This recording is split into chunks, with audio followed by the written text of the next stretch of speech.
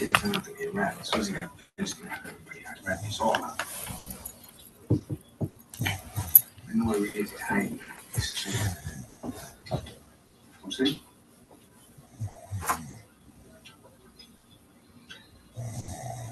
You have a problem going with Anthony on vacation? Take care of it. No, not at all. That way you're not. Huh?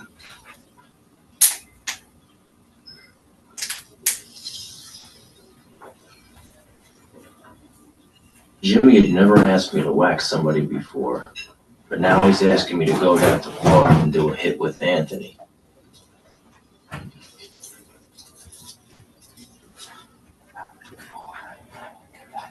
That's when I knew I would never have come back from Florida alive.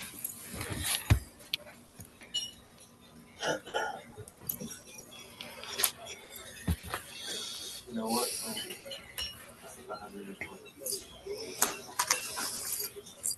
And you mentioned whenever you move me, I asked you once, and I'm gonna tell you again, I don't want to go any place that's cold.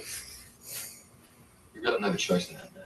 Ed, come on, just whoever fucking controls it, just no place cold, all right? Do that for me. I'm trying to. I'm He's doing. bronchial, that's what. But he's legitimately bronchial. We'll take that into consideration. Bronchial. I would like to go someplace that's not cold. Okay, can I ask you some questions here? What about my parents? What about? Am I gonna see them? Am I gonna talk to them? I mean, don't I have some kind of contact with them? No. No. No, wait a minute. You mean to tell me that, God forbid something happens to my parents and they get sick, I can't go and see them? Maybe something could be worked out. They're sick. There's some extraordinary set of circumstances. I Maybe something can't can do be worked this. out. I can't do this, Henry. I can't. I can't leave my parents. Okay, I'm not gonna do this unless you and the kids come with me. I can't do it without you, okay? So you do whatever, but You need Henry. You don't need me, right? That's right. And frankly, I don't care whether you go or not. But it's going to make him a happier witness, a better witness. I'd like you to be with him. You want Henry. They don't want me. But Henry's going to be in a witness protection program. They're not going to be able to get to him.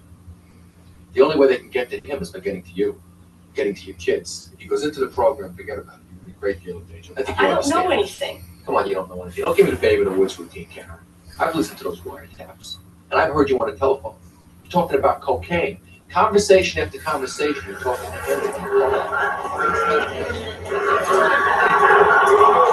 It doesn't matter, because whether he goes to jail or whether he stays on the street, he beats the case. He's a dead man. He knows it, you know it. what about the kids with school? They get left back. I mean, what goes on? You guys hang out on Wall Street and some uniform crooks. Whoever sold you those suits had a wonderful sense of humor. What it comes down to, Karen, is we're basically your only salvation. We're going to save your life, we're going to save his life, and we're going to keep you out of jail. You know, this morning you told the members of this jury about your background. It was easy for all of us to disappear. My house was in my mother-in-law's name. My cars were registered to my wife. My social security cards and driver's licenses were phonies. I never voted. I never paid taxes. My birth certificate and my arrest sheet.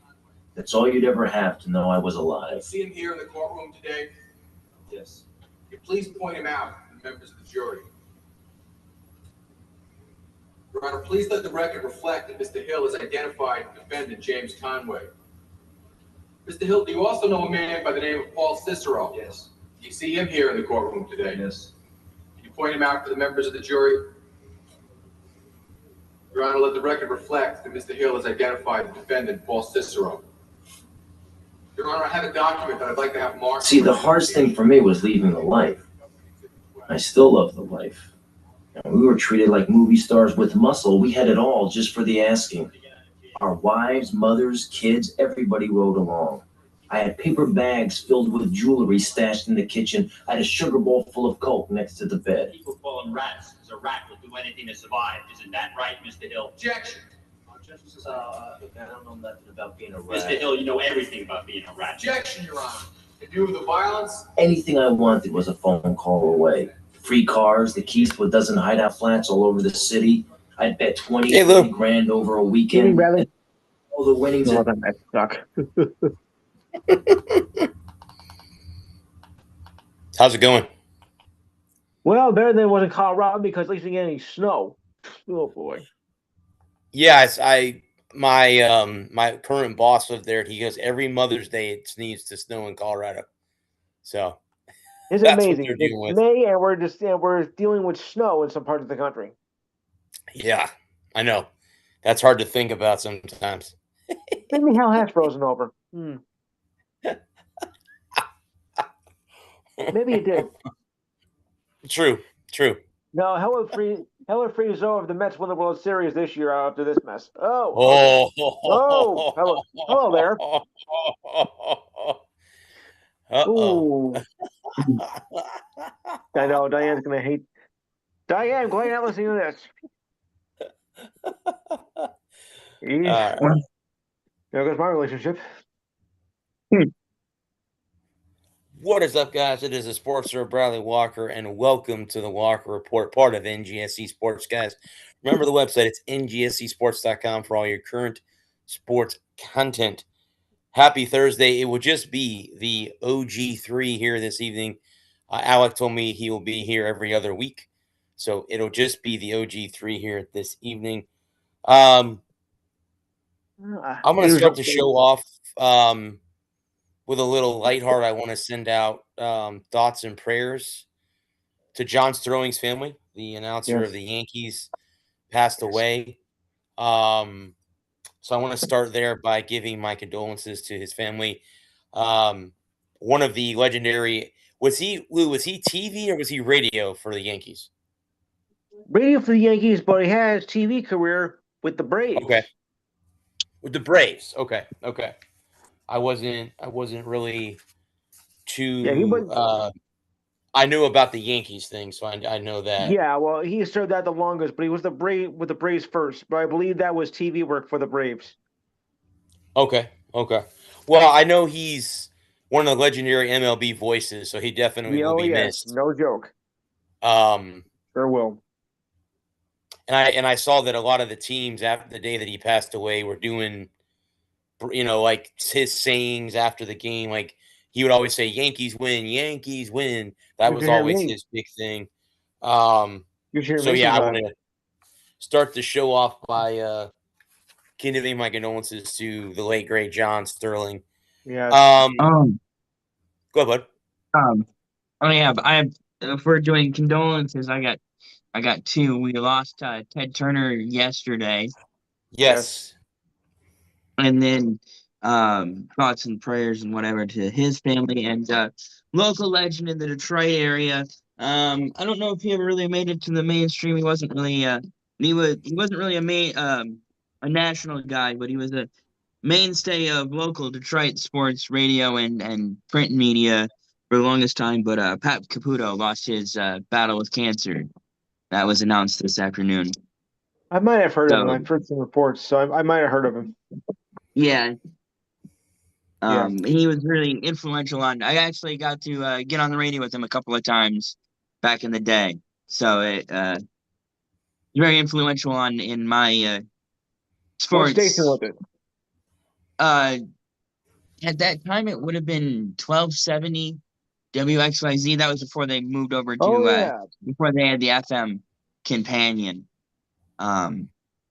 So, but yeah, 97.1.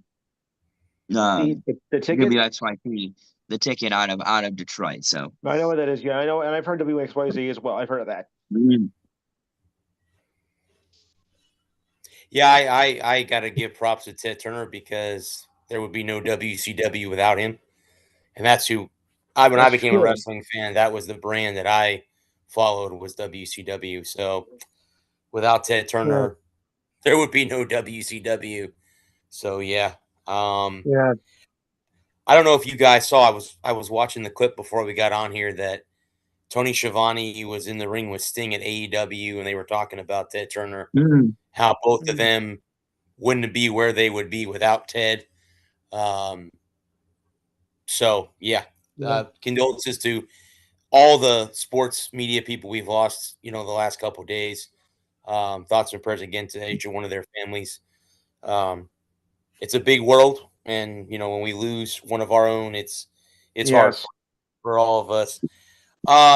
Real quick, and we can close that on the MLB. I got this article, guys, on so this is what would be the chaos factor in each division of Okay. Major League Baseball. So what it means is the higher number to 10. So if this is out of 10, so the higher number to 10, the more chaos it would be. So I'm gonna start. I'll let you guess the numbers, and then we'll go over them. So I'll start with the NL East. Where do you think out of 10 the chaos factor would be in that division? Mm-hmm. Let's say a 4. Okay, 4. Okay, Lou. I'll say a 5. So they have it as a 9 out of 10. And the Okay. reason why is you have one team above 500 and the other 4 are under. It's the Braves and then everybody else at that point. Braves running away with the division. Yes, correct. Yeah. So and I think the Braves have the best record in all of baseball right now, if I'm not mistaken. So By 1 game. Yeah. By 1 game. Okay. Actually, they're tied with Chicago. With the Cubs. Okay. Yep. And the I know Yankees. And the Cubs, I think, have won 14 in a row at home. Like they haven't lost a game at Wrigley Field for a long time. Okay, so I'm gonna go to the next division, the AL West. Out of 10, where do you think the chaos factor is for the AL West? Now this is A's, Mariners. I'm gonna. I would say 9, and I'm gonna say the reason why is because they have one team over 5 at 500. Yeah, I say a 9. 9. It's 8. You got 8. You're close. They have an 8. So yes, that was close. I'll absolutely. And can we say that none of us on our bingo card had the A's leading the division in May? Just throwing that out. No, not, and especially not at 18 and 18. Yeah. Throwing that out there. Okay. I mean, it's not great, but it's an improvement for them. Yeah. I think you're looking at. I think the A's, the Rockies, and the White Sox are all off to better starts than I think we all thought they would be at. In my opinion, you can't get much worse than last year. I mean, when you factor that in, because the White Sox 2 seasons ago were one of the most pathetic teams in baseball history. Yeah. Right. I'll give you the White Sox and A's, but I'm gonna say the Rockies are right about where I expected them to be. Yeah, at 15 and 20, at 15 and 23 through 38 games. Yeah, that's about where I had them. So the next division, guys, is the NL Central. So this is the Cubs, Brewers, Pirates, Reds. I'm gonna say 4, and the reason I'm gonna say everybody is over 500, and the real chaos is that the Brewers are half a game ahead of the Reds with fewer wins but fewer losses. Blue? I'm not going to say a 3. I mean, this is a very competitive division. In fact, it's the most competitive division so far at this point in the season. All above 500. Even the Pirates, who are in last, are still respectable. So this is the division I've been keeping my eye on. So I would just give it a 3. Shockingly, it's a 7 out of 10. What? Wow. Okay. Yeah. What's the reasoning? So it says the Cubs are atop the division, which most people predicted that the only reason this division isn't in one of the top 2 spots on this list. But the notion is that all 5 teams in the Central are the NL Central of all divisions would be above 500 in a week into May. All 5 teams over 500. How is that even possible? The Brewers are a 3-time defending champion, so it's not shocking that they'd be winning a team. And the Reds were in the playoffs last year. We all know that they got in because the Mets coughed it away at the end of the season. Even if hardly anyone remembers seeing them in the NL Wild Card when they got swept. But the Pirates are a team that hasn't had a winning record since 2018. Hasn't won a playoff series since 1979. So that's wow. So there's where that chaos is, where all 5 teams are in it right now at this moment. So yeah. Okay. All right. That was 9. So now we're gonna move to the AL East. Okay. And again, that's Rays, Yankees, Red Sox, Orioles, Jays. 6. 6. I okay. like 6 as well. 5.5. Yep, they said 5.5, so I'll go with that. Yeah. How do you get back to 1.5? I don't know, Lou, but outside of Because the I Yankees wrote the damn and list. Rays, outside of the Yankees and Rays, I don't really know. The Orioles are starting to show signs of coming out of it. The Red Sox are still in purgatory or wherever they're at, and the Jays, I don't know what's happened to them since they won the World Series. Purgatory is actually in Cleveland, so that's you have to excuse that. Oh, true. No, wait, no, actually, it was in Pittsburgh. That's right. Purgatory's in Pittsburgh. Okay. It's all Captain's joke. The AL Central is next, so that is White Sox, Guardians, Tigers. Who am I forgetting? White Sox, Tigers, Minnesota. The Twins, yeah, and the Royals. Can we go higher than 10? I would give this an 11. Okay, 11. All right. Adam? The suckiest division yet. This number will shock you. I'm going to say 2. How about a 5? They have it as 5 out of 10. 5? 5 out of 10. And now the Tigers lost Skubal for a few months with his stat. The Royals are kind of down. The White Sox are kind of E. The Guardians are E. So, yeah. And that's why I gave it the high mark. Correct me if I'm wrong. Are the Twins leading the division? No, it's Cleveland. No. Oh, Cleveland. Okay. So now that leaves the last division, which is the NL West. Where do you guys see as far as chaos with the NL West?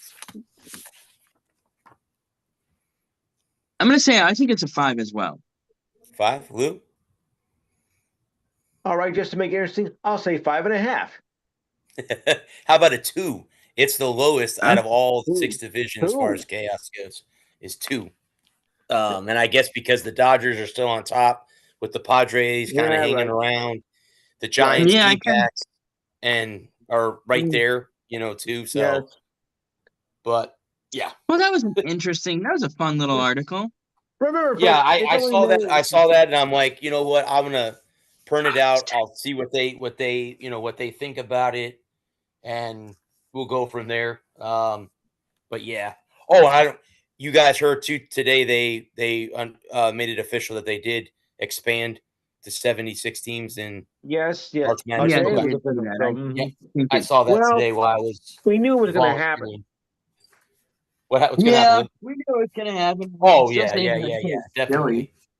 So I don't think it makes any damn sense. Well, hard enough time narrowing the field down to 68. Yes. And now we're going to take it. We're going to take and expand it back out. We're going to expand it out to 76. The tournament doesn't end until the middle of the start of the next season at this point. Anyway, I mean, you got two teams that play 12 games from the second week in May in April to the first or the second week in March till the middle of April. And now you're adding even more pointless, meaningless games at the end of the season. And I just don't know. I just don't know if there is a point of diminishing returns where the market is going to be so oversaturated that those playing games, because we have four playing games to determine the last 64 through 68. Now you've added another 8 teams, which means we got to add another 4 games. So now instead of having 4 play-in games, we have 8 play-in games for 8 spots. At this point, what's the point of the regular season? Just seed everybody 1 through 76 and play a single elimination tournament to determine the champion and start in March. Jesus. You might as well. Well, would you guys think that they're going to try to get rid of conference championship games That's a or the possibility. series to get rid of those? Maybe, but the conference tournament games hold so much money. It's not like football where it makes sense to eliminate the conference games, the conference championship games. The basketball tournament, the conference tournaments in basketball actually do make a certain amount of sense because you have this long grueling season and it's a chance for a team to make a run late in the year and make the tournament. So I understand it from a certain perspective. Whereas like in college football, you have two teams that are definitely going to make the playoff, or most generally. You have two teams that should make the playoff, or two teams that have no business being in the playoff. So or in some cases you have one team that deserves to be there, but if they lose, they're not getting in because they don't deserve to be there, but the loss. Right. With the basketball tournaments, it makes sense for a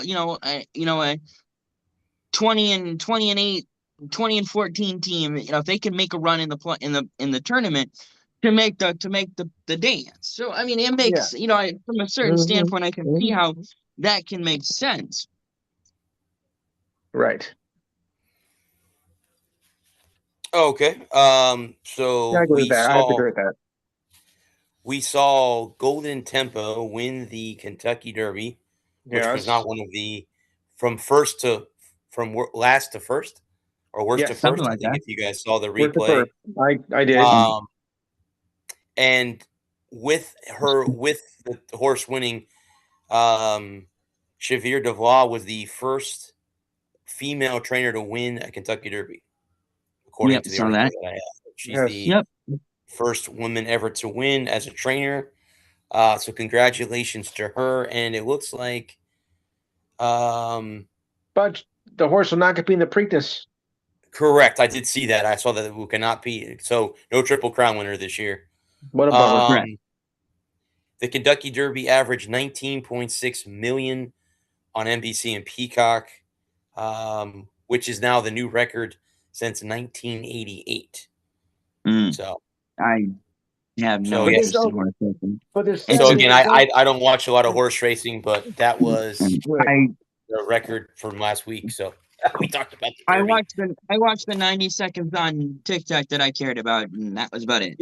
Yeah, I was at dinner with my family, so I didn't get a chance to watch it. But I watched the replay on YouTube. Seems like you had better things to do. I've never seen the appeal of horse racing. Like, I kind of get like the idea of horse racing, like being at but the big event, like the Preakness or like the Kentucky Derby, where it's 3 hours of coverage for a 2-minute event. Exactly. For 90 seconds of watching 30 horses run around like there's no appeal to me. And see the people that don't watch auto racing, and like that's the thing. You'll sit there and watch 3 hours of people in fancy hats milling about a track, drinking mint juleps and being snobs. Yes. But you can't. But sitting around watching cars go in circles or ovals or around a course, watching cars race, that's stupid. It's dumb. That doesn't make any sense. But you'll sit and watch people waiting for other people to do a thing. Yeah. You don't need 4 hours of coverage to do races 2 minutes. I mean, back in the old days when I was young, no offense to you guys, it was an hour-long horse race for the race that was 2 minutes. Now that I can get, but 4 hours of just you guys yapping, and everybody else showing off like it's a fashion show instead of a race. Forget it. I'll just watch the race and do it from there. And if it's an exciting finish, I'll keep tuned to it. But also, this is also the second straight year not the horse that won the Kentucky Derby pulled out of the Preakness.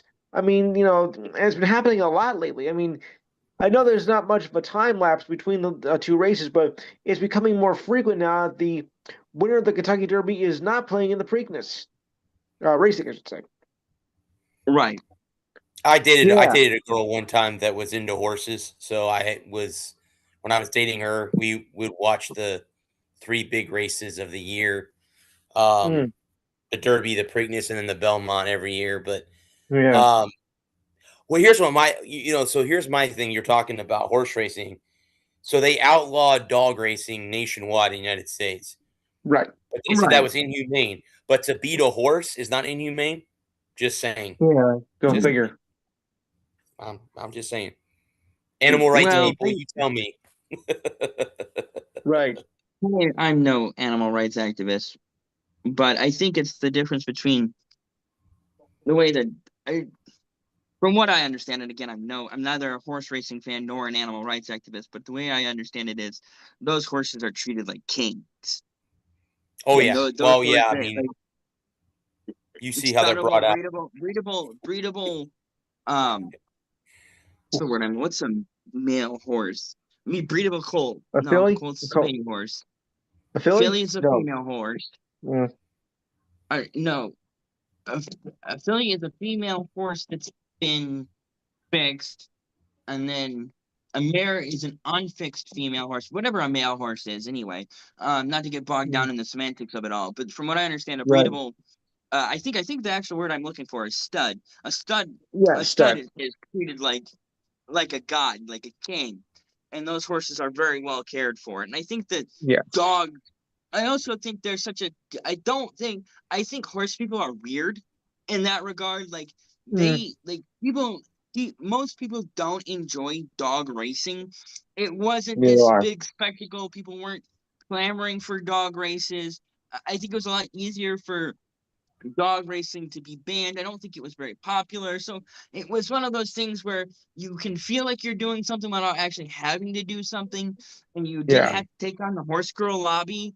And I think that's the thing, is that horse girls and those and cattle and horse people, not just girls. I'm not picking on girls or anything, but the oh, excuse me, the stereotypical horse girl loves her horse. Maybe not like Catherine the Great, but she does love her horse. And if you got that reference, give yourself a cookie. A cookie? Well, when I was in Louisiana, they have a statue of Joan of Arc, which again has nothing to do with Louisiana, but she was a hero from France, and again, at one time, France owned Louisiana, so that's why she's there her statue is in New Orleans, so her statue is there. That's why French Quarter. Of course. Yep. So we have a WWE PLE a couple of days from now. This is. Yeah, Backlash is happening in Tampa, right in my backyard. Yeah, right in my backyard. I think there's 6 matches that I see on the card that I got. So here are the matches that I have now. Again, I'm assuming it can be more than this. I don't know, because again, this is not WrestleMania or SummerSlam where it's split into 2 nights and has 2 different main events. You have the undisputed WWE Championship between Cody Rhodes and Gunther. Is this the time that he finally loses it for good? I could see them taking the belt off of Cody and putting it on Gunther and seeing if Gunther can have a run. I could see that happening. And my problem with them taking the belt off of Cody and putting it on Gunther is that everything he did for the last 6 months hasn't mounted to a hill of beans. And I don't feel like Gunther has any momentum. He hasn't been a fixture on TV. Now, granted, you'll have to forgive me. I have been watching regularly, see what I've seen from clips and on TikTok and YouTube. But from what I've seen, I haven't seen a lot of Gunther on TV. And, with the retirement of Cena and AJ Styles, and him just not being a face, and not face in wrestling terms, but in face in literal terms, being on TV and being a public face of the company and carrying a heel heat, he just really hasn't done it. So I could see them taking it off, but I could very easily see them leaving it on Cody. So I think that's a toss-up. Speaking of John Cena, I guess he's supposed to be at Backlash to make a big announcement. I don't know what that announcement is. I guess I'll have to tune in and find out. Yeah, we'll see.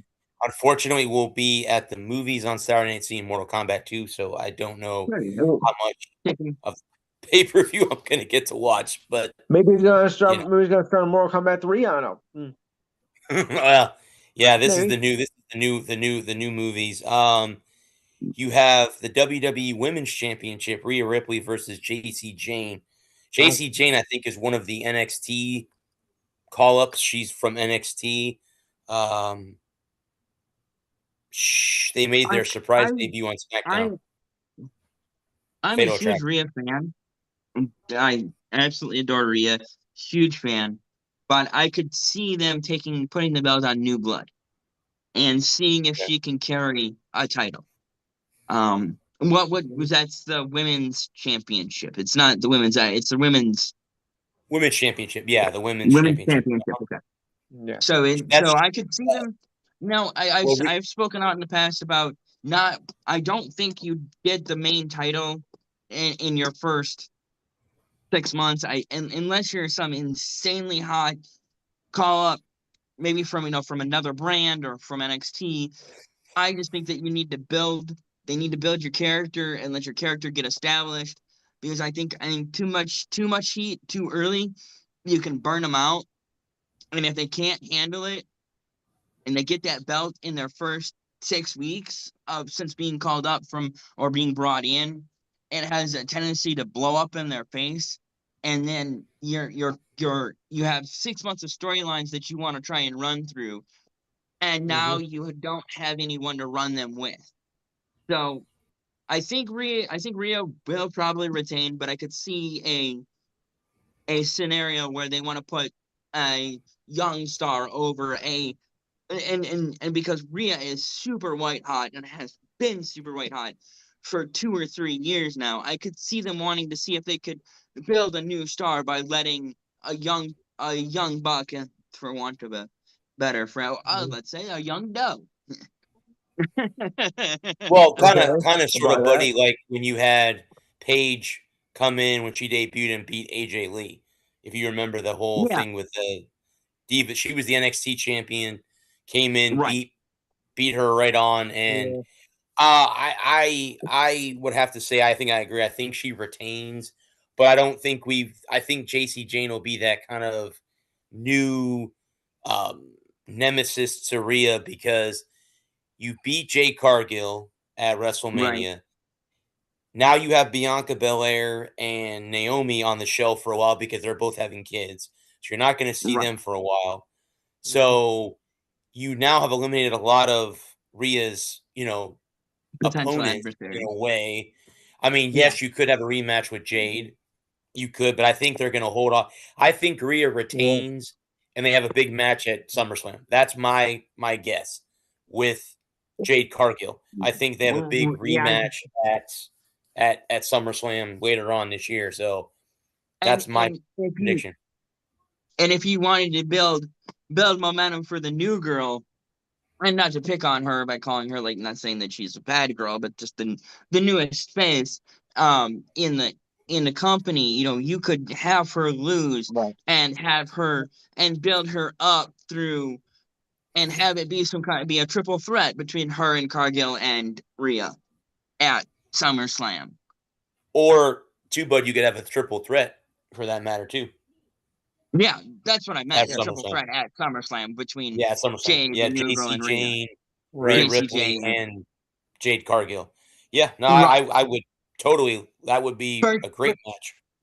But I think, and for me, if I was booking it, obviously I'm not. I'm here, not at WWE Creative. I think it needs to be a longer match.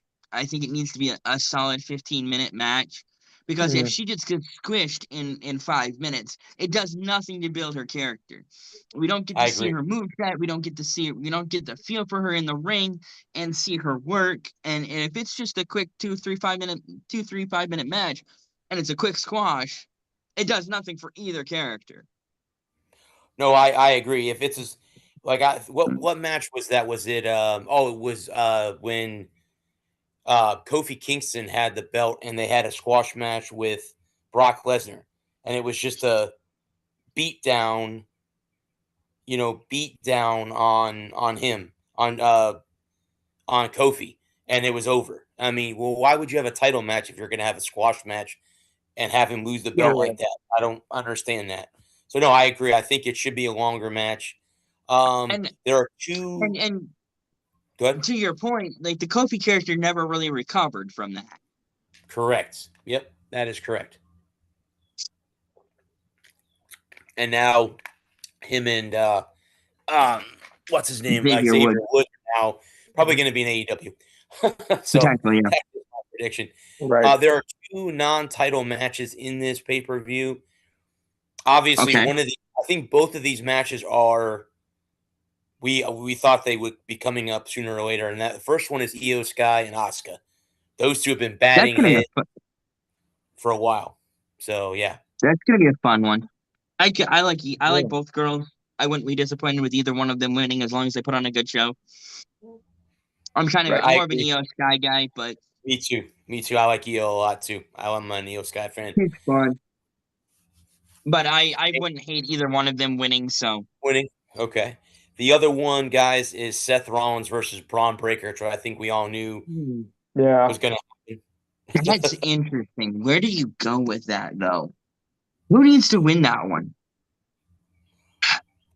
Braun Breaker? I think Braun's coming off of an injury. Well, they're both coming off injuries now. I should think about that.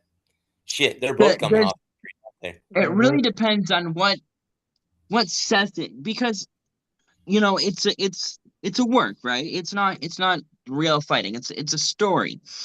And we all accept that it's a story. And my question to you is, and the reason I say it like that is because my question is, can Seth's ego let him lose to Braun Breaker? No. Ooh, that's a good question, buddy. That's a good question. Ooh, Because Ooh. And I want to take you back a couple of weeks to Okay. And this is the reason, because I think there's a part of Seth that understands business. It's just business. It's nothing personal. And if Braun needs to go over to make a good story, he has no problem doing it, because during the preview, the run up to the draft, Seth's a huge Bears fan, been a huge Bears fan his whole life, and they had him on Good Morning Football. And I don't know if you saw that or you saw the clips from it, but one of the hosts from Good Morning Football texted Seth the night before and asked Seth if he wanted to work. And Seth agreed. Yeah, we'll do a work. And they planned this whole thing out, and they did a work right there in front of God and country. And they only let like 4 other people know: the producer, Seth's people, the Good Morning Football people that needed to know, and they didn't tell anybody else.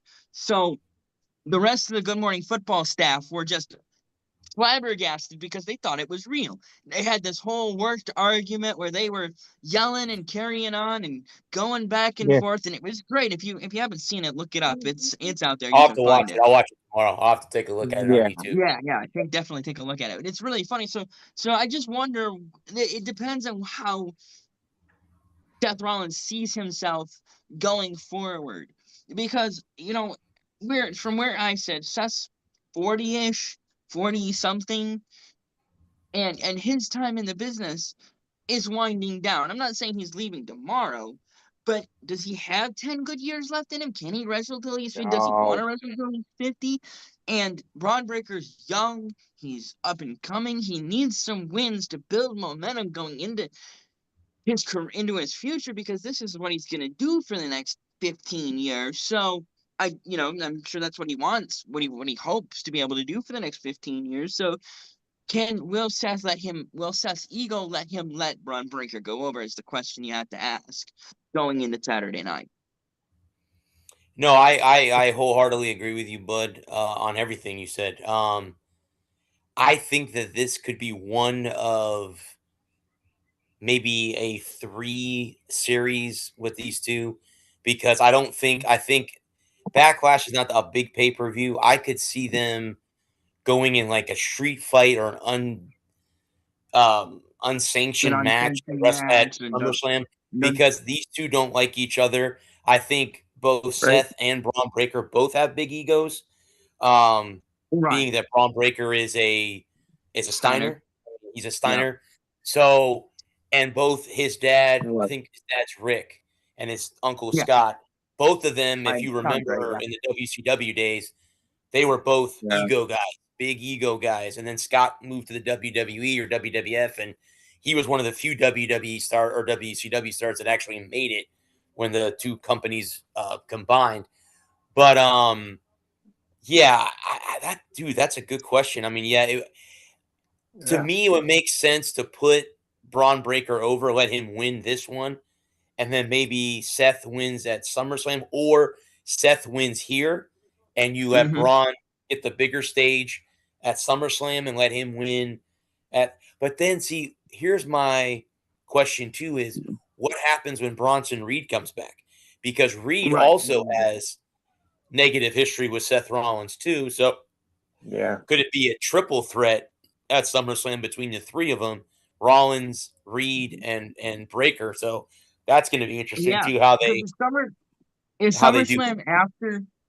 Is SummerSlam next Let me after check, bro. Backlash? Let me check and see when SummerSlam is. It is SummerSlam 2026 is August 1st and 2nd. So we have Oh, that's late. a couple months before. Is there anything between Backlash and SummerSlam other than like Saturday Night Main Event? Let's see here, bud. Let's see what they're. Okay, so we have Backlash. Oh, okay. So there's two PLEs this month. You Okay. have Clash in Italy on the 31st in Italy. Okay. So it's the one that's out This of one? the US. And then they don't have one. It goes May to August with no pay-per-views. So June Yeah. and July, Okay. you have no Really? pay-per-views at all.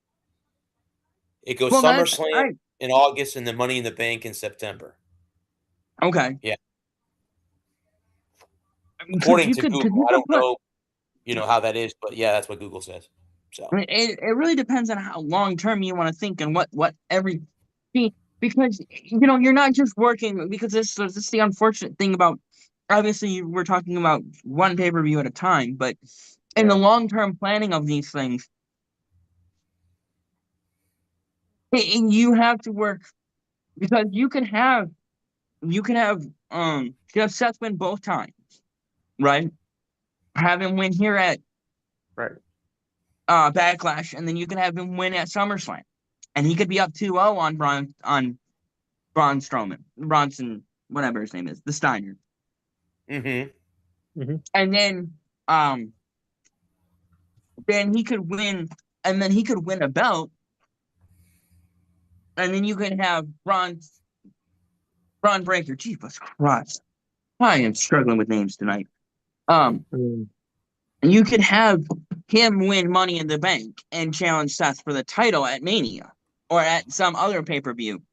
that's true. That I didn't think of that. You could have Or Braun Breaker win Money in the Bank and then have him cash in. You're right. Correct. because you could put the strap, you could take the strap, because if you take now, and we'll go back to our original match of the night, which will probably actually be the last match of the night, is Cody versus Gunther.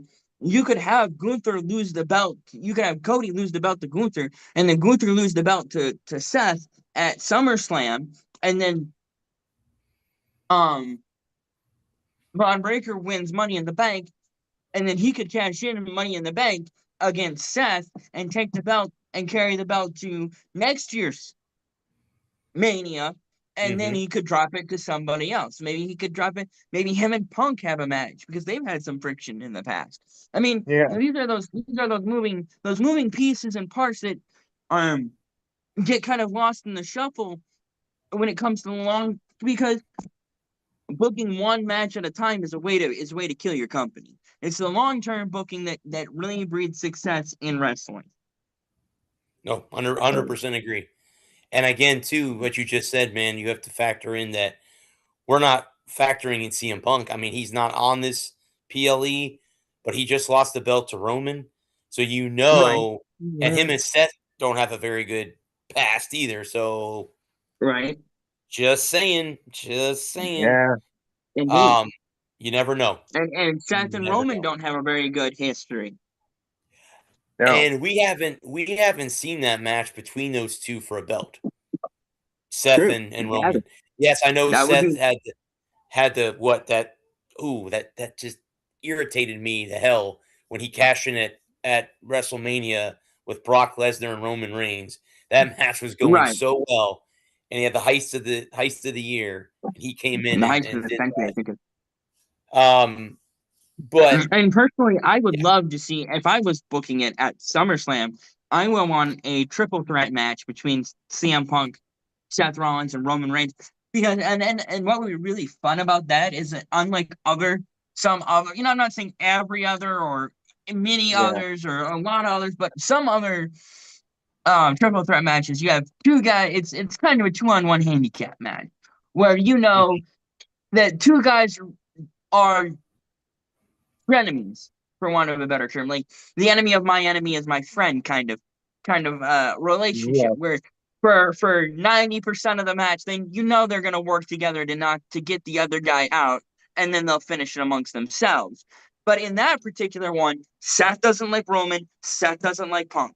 Punk doesn't like Roman, Punk doesn't like Seth. And Roman doesn't like either of them. So it's not like and so to me that's such a fun dynamic where you don't have two guys or you don't have two it doesn't turn into a 2-on-1 handicap match.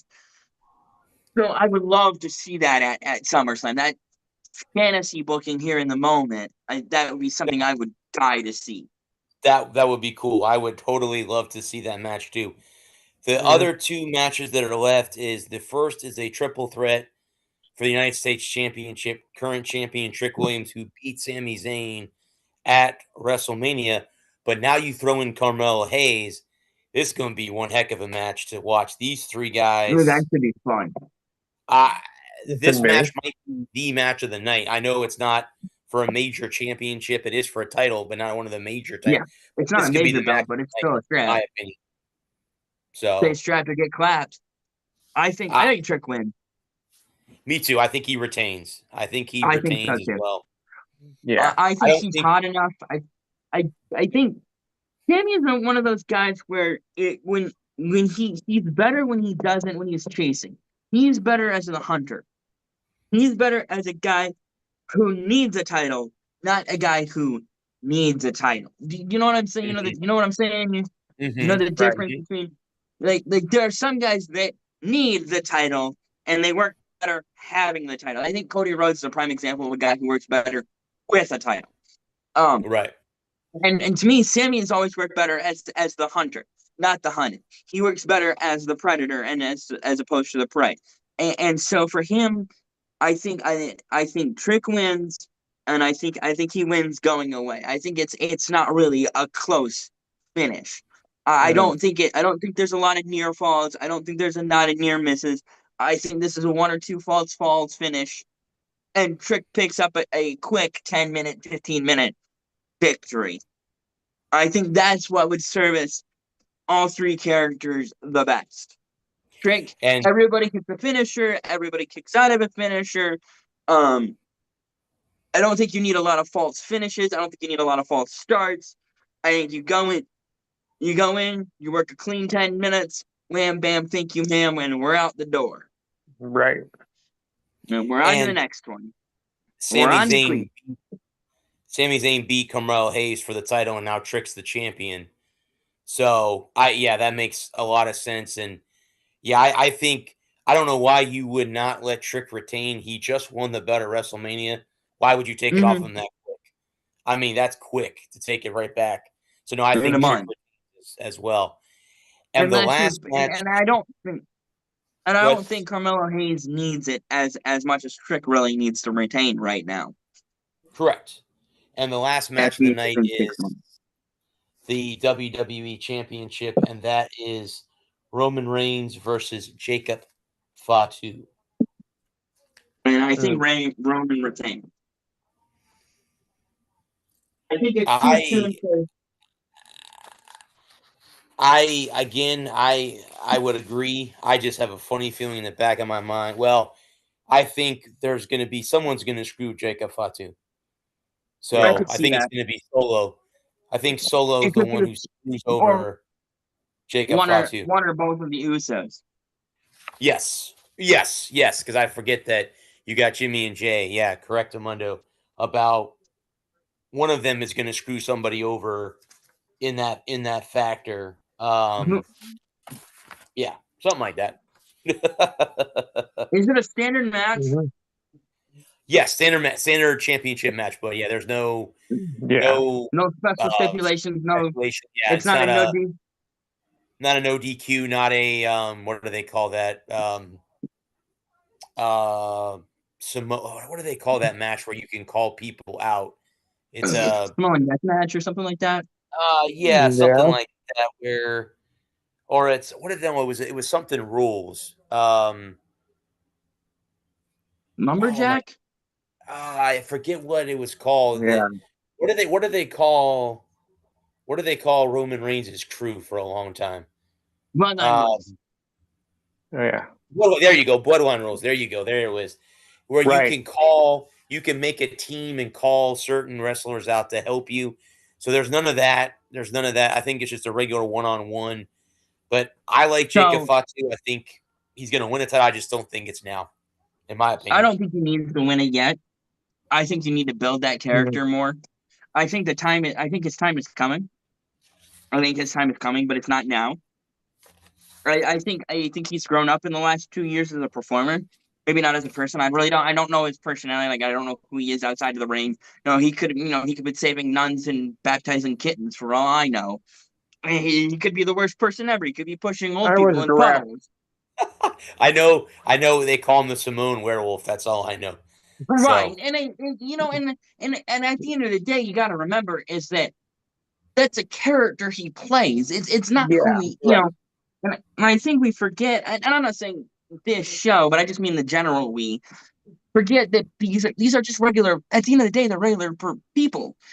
When the makeup's off and the teeth are, when they got the real teeth in their mouth and they got the regular eyes on and the dead man isn't walking, the dead man doesn't walk the street. He's just Mark Calloway. He plays golf and he stands to pee like everybody else. Maybe he sits to pee. I don't know. He does. He pees.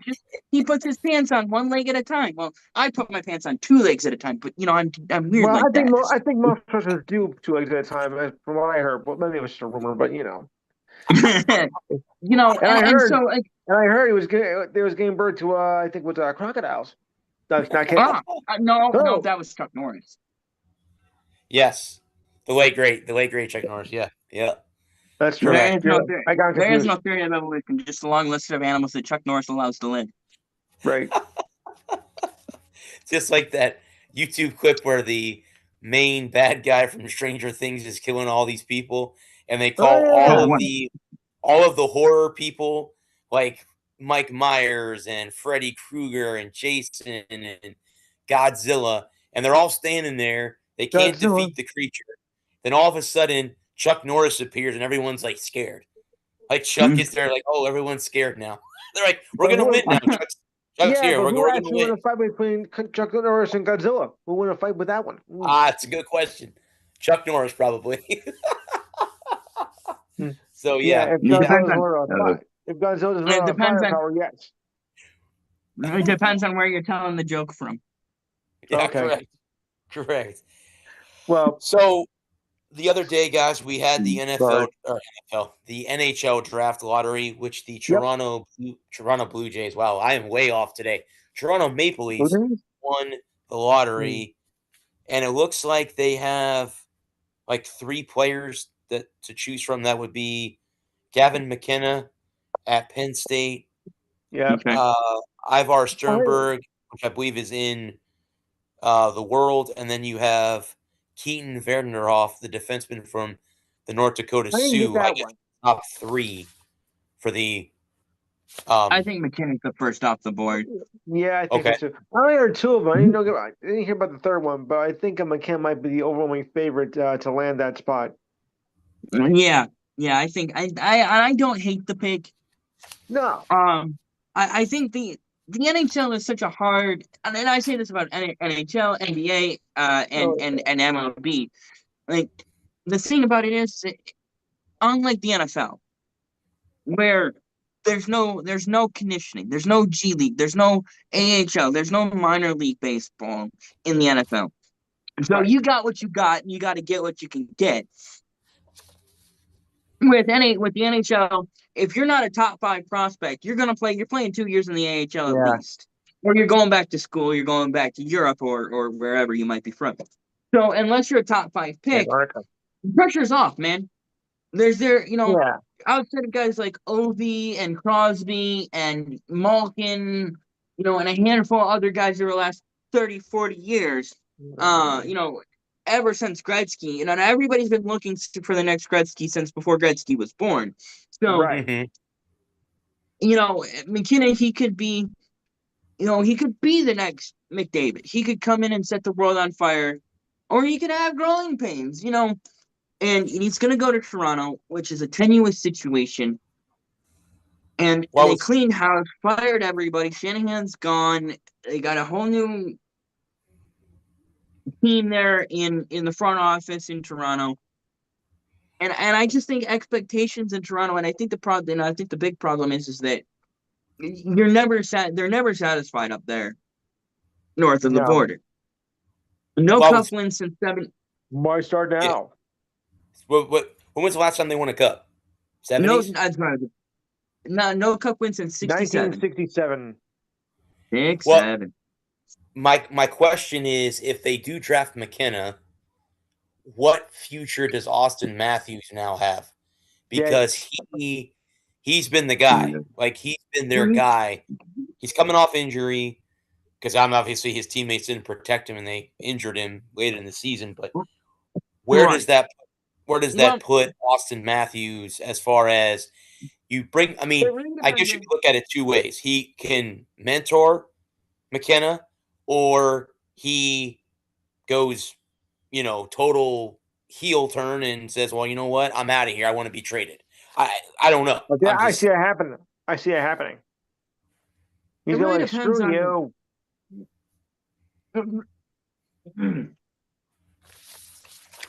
Yeah. Excuse me, sorry. I think it really depends on where he wants, how would he see with himself?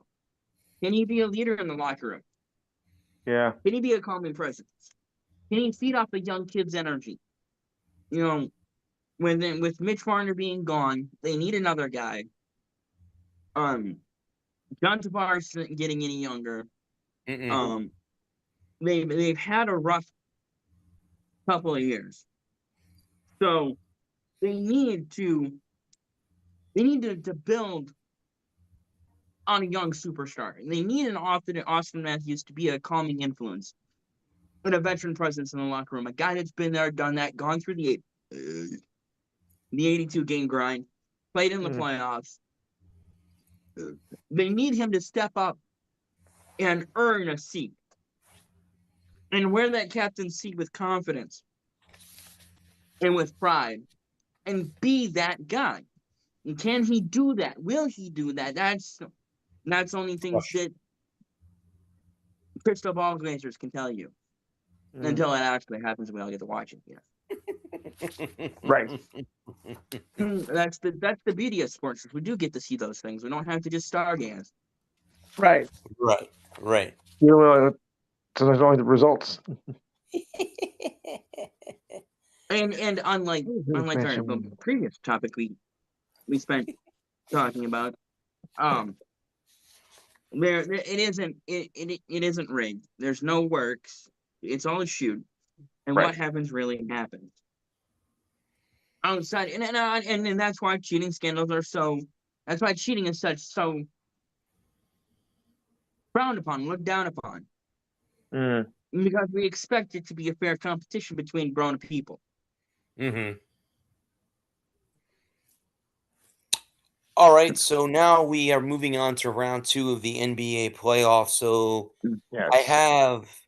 these are the teams that were out in round 1, and I'm going to go through them, and you can tell me which team you think is best equipped to get back after, next season, or they're a long way off. I'll go through all 8, and you guys can tell me, do you think that they're okay, they'll bounce back next season, or are they a long way away from, or they're right there? So I'll start with Boston, the Boston Celtics. They're right there. They're right there. Sure. Okay. With Jason Tatum They had being some healthy next season. Yes. Okay. Yeah. The next one, guys, is the Denver Nuggets. I Yeah. would say they're right there. I think they're somewhat way off. I think they have the best player in the league in Denver. In Joker. That's just my opinion. I don't watch a lot of NBA basketball. I think he's top 5. The Houston Rockets. I would say they're a long way away. Yeah, they're a long way off. They need to get better and in a hurry. The Atlanta Hawks.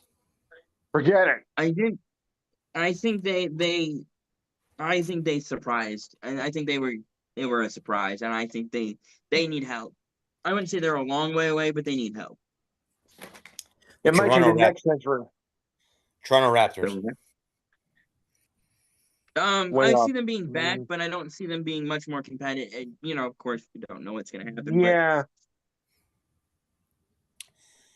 My home state team, the Orlando Magic. I think they're close. Yeah, I would say so too. The Phoenix Suns. No. They're a long way. They're way off. And the last one would be the Portland Trailblazers. Way off. Yeah, I don't know. I wouldn't say way off. I just think they got an unfavorable matchup in the first round. They drew Wemby in the Spurs, and that's a tough draw for anybody. So I think they can be back next year. And I will say, what I'd say about Orlando is they weren't supposed to even be in that series. So the fact that they weren't, right? And you gotta, if you're a Magic fan, you gotta feel real good about that. Yeah, I know Alec is. He was actually disappointed that they had, and I think in Game 7 they scored 9 points in the fourth quarter. Yeah. They were totally off the rails. And at home. Yeah, no, Game 6 and 7 they fell apart. Yep. All right, so we'll, as we always normally do for most of our shows, we'll end it with talking about college and pro football. So I have a piece of paper from CBS Sports. These are the 12 toughest college football schedules for the college football playoff contenders. So these are contenders from last year's playoff. So they're ranked again 1 to 12. Now I can start guys at 12 and work my way up to 1, or do you want me to start from the top and work my way back? How you want me to do it? Work our way up to the top. Work my way to the top. Okay. So we're gonna start. We're gonna start with the defending. Yeah, we're gonna start with the defending national champions, the Hoosiers, and here's who's on their schedule: North Texas, Howard, Western Kentucky, Northwestern, Rutgers, Nebraska, Ohio State, Michigan, Minnesota, USC, the Trojans, Washington, and Purdue. So those are their schedule. Fairly easy. Without Mendoza. Michigan and Ohio State in back-to-back weeks is going to be tough.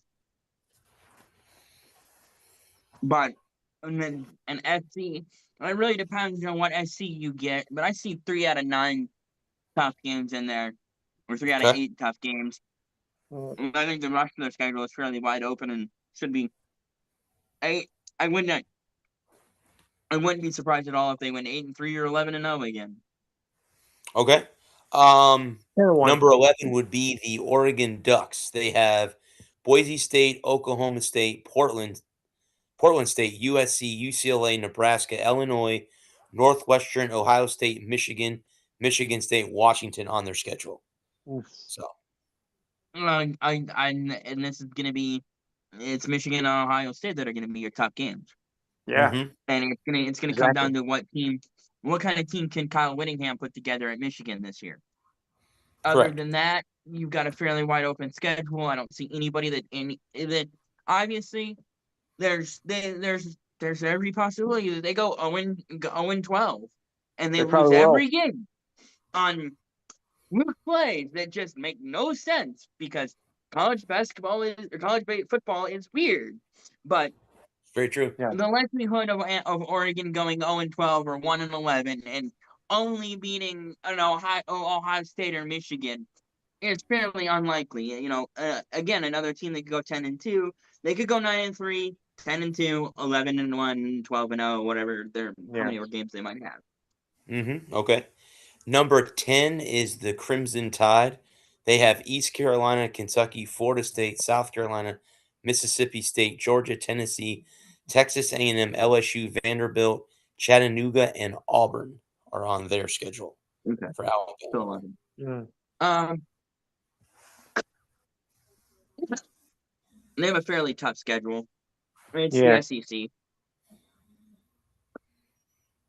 Yeah, especially So- Georgia, Tennessee, Texas A&M, LSU, and Vandy. Those are all going to be tough games for Alabama. Maybe. Again, I hesitate to put Vandy on there because I don't know how Vandy's going to be without Pavia. Okay, true. And can they continue? Did they recruit well this last offseason? How did their transfer portal guys that are coming in this year? How are they going to pan out? We'll have to wait and see. Mm-hmm. Number 9 is Georgia. They have Georgia. Tennessee State, Western Kentucky, Arkansas, Oklahoma, Vandy, Alabama, Auburn, Florida, Ole Miss, Missouri, South Carolina, and Georgia Tech on their schedule. Again, very easily 10-2, 11-1, 12-0, or 11-0. Okay. Number 8 is USC. They have San Jose State, Fresno State, Louisiana, Rutgers, Oregon, Washington, Penn State, Wisconsin, Ohio State, Indiana, Maryland, and UCLA. Oh boy. That's an interesting.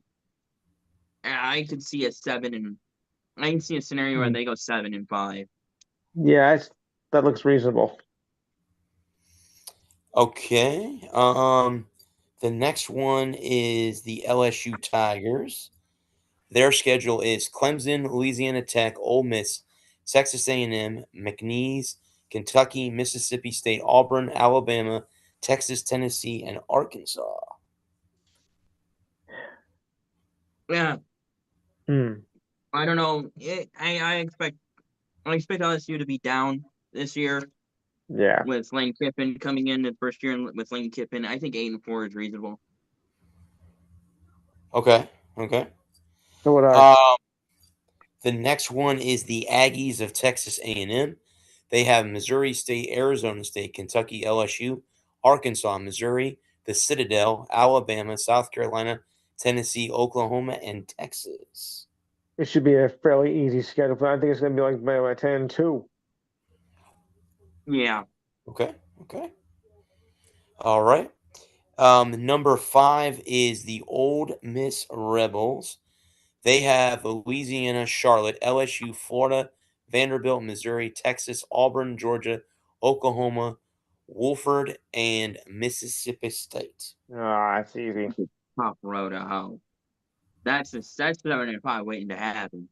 Yeah. I would agree. That's a pretty tough schedule with everything going on. Yeah. Yep. Okay. So now we get to number 4. That's Michigan.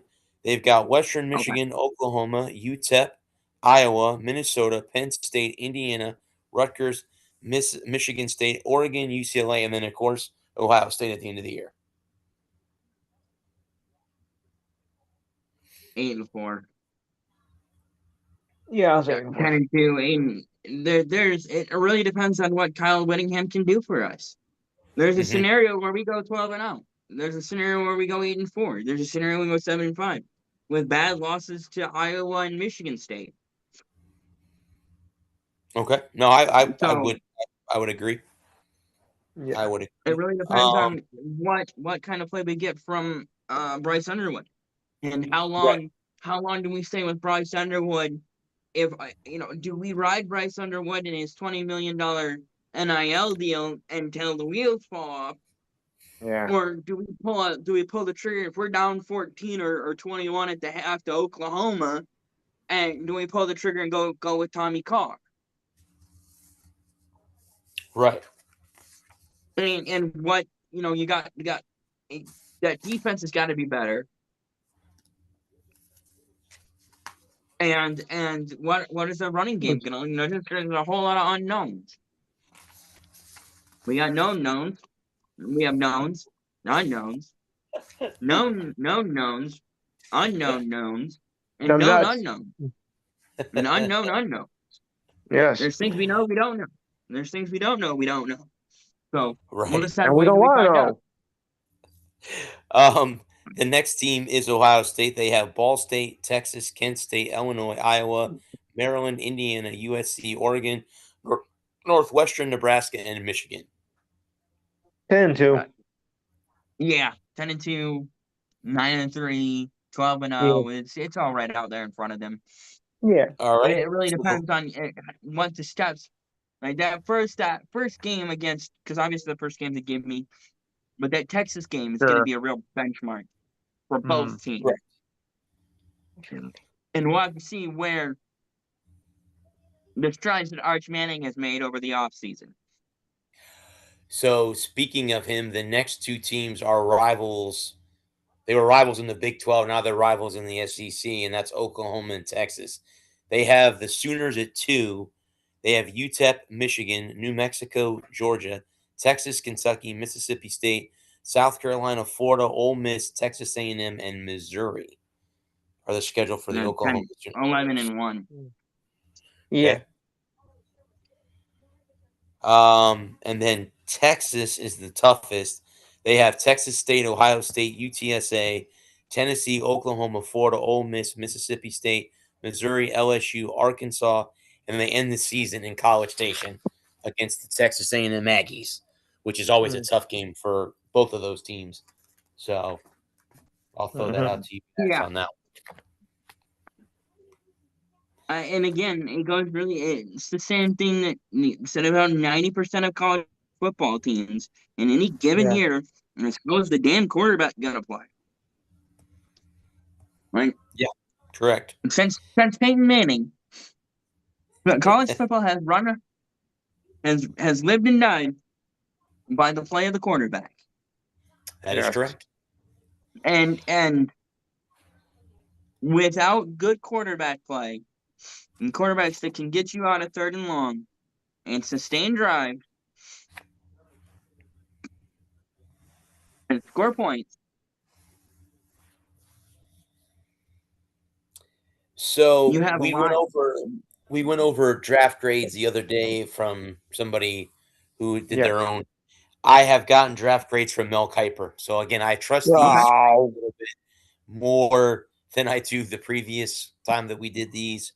So I'm going to go through each of the 32 teams and tell you where, if you guys want to take a big fact, you guys want to take guesses on how he ranked these, I'll give you the team.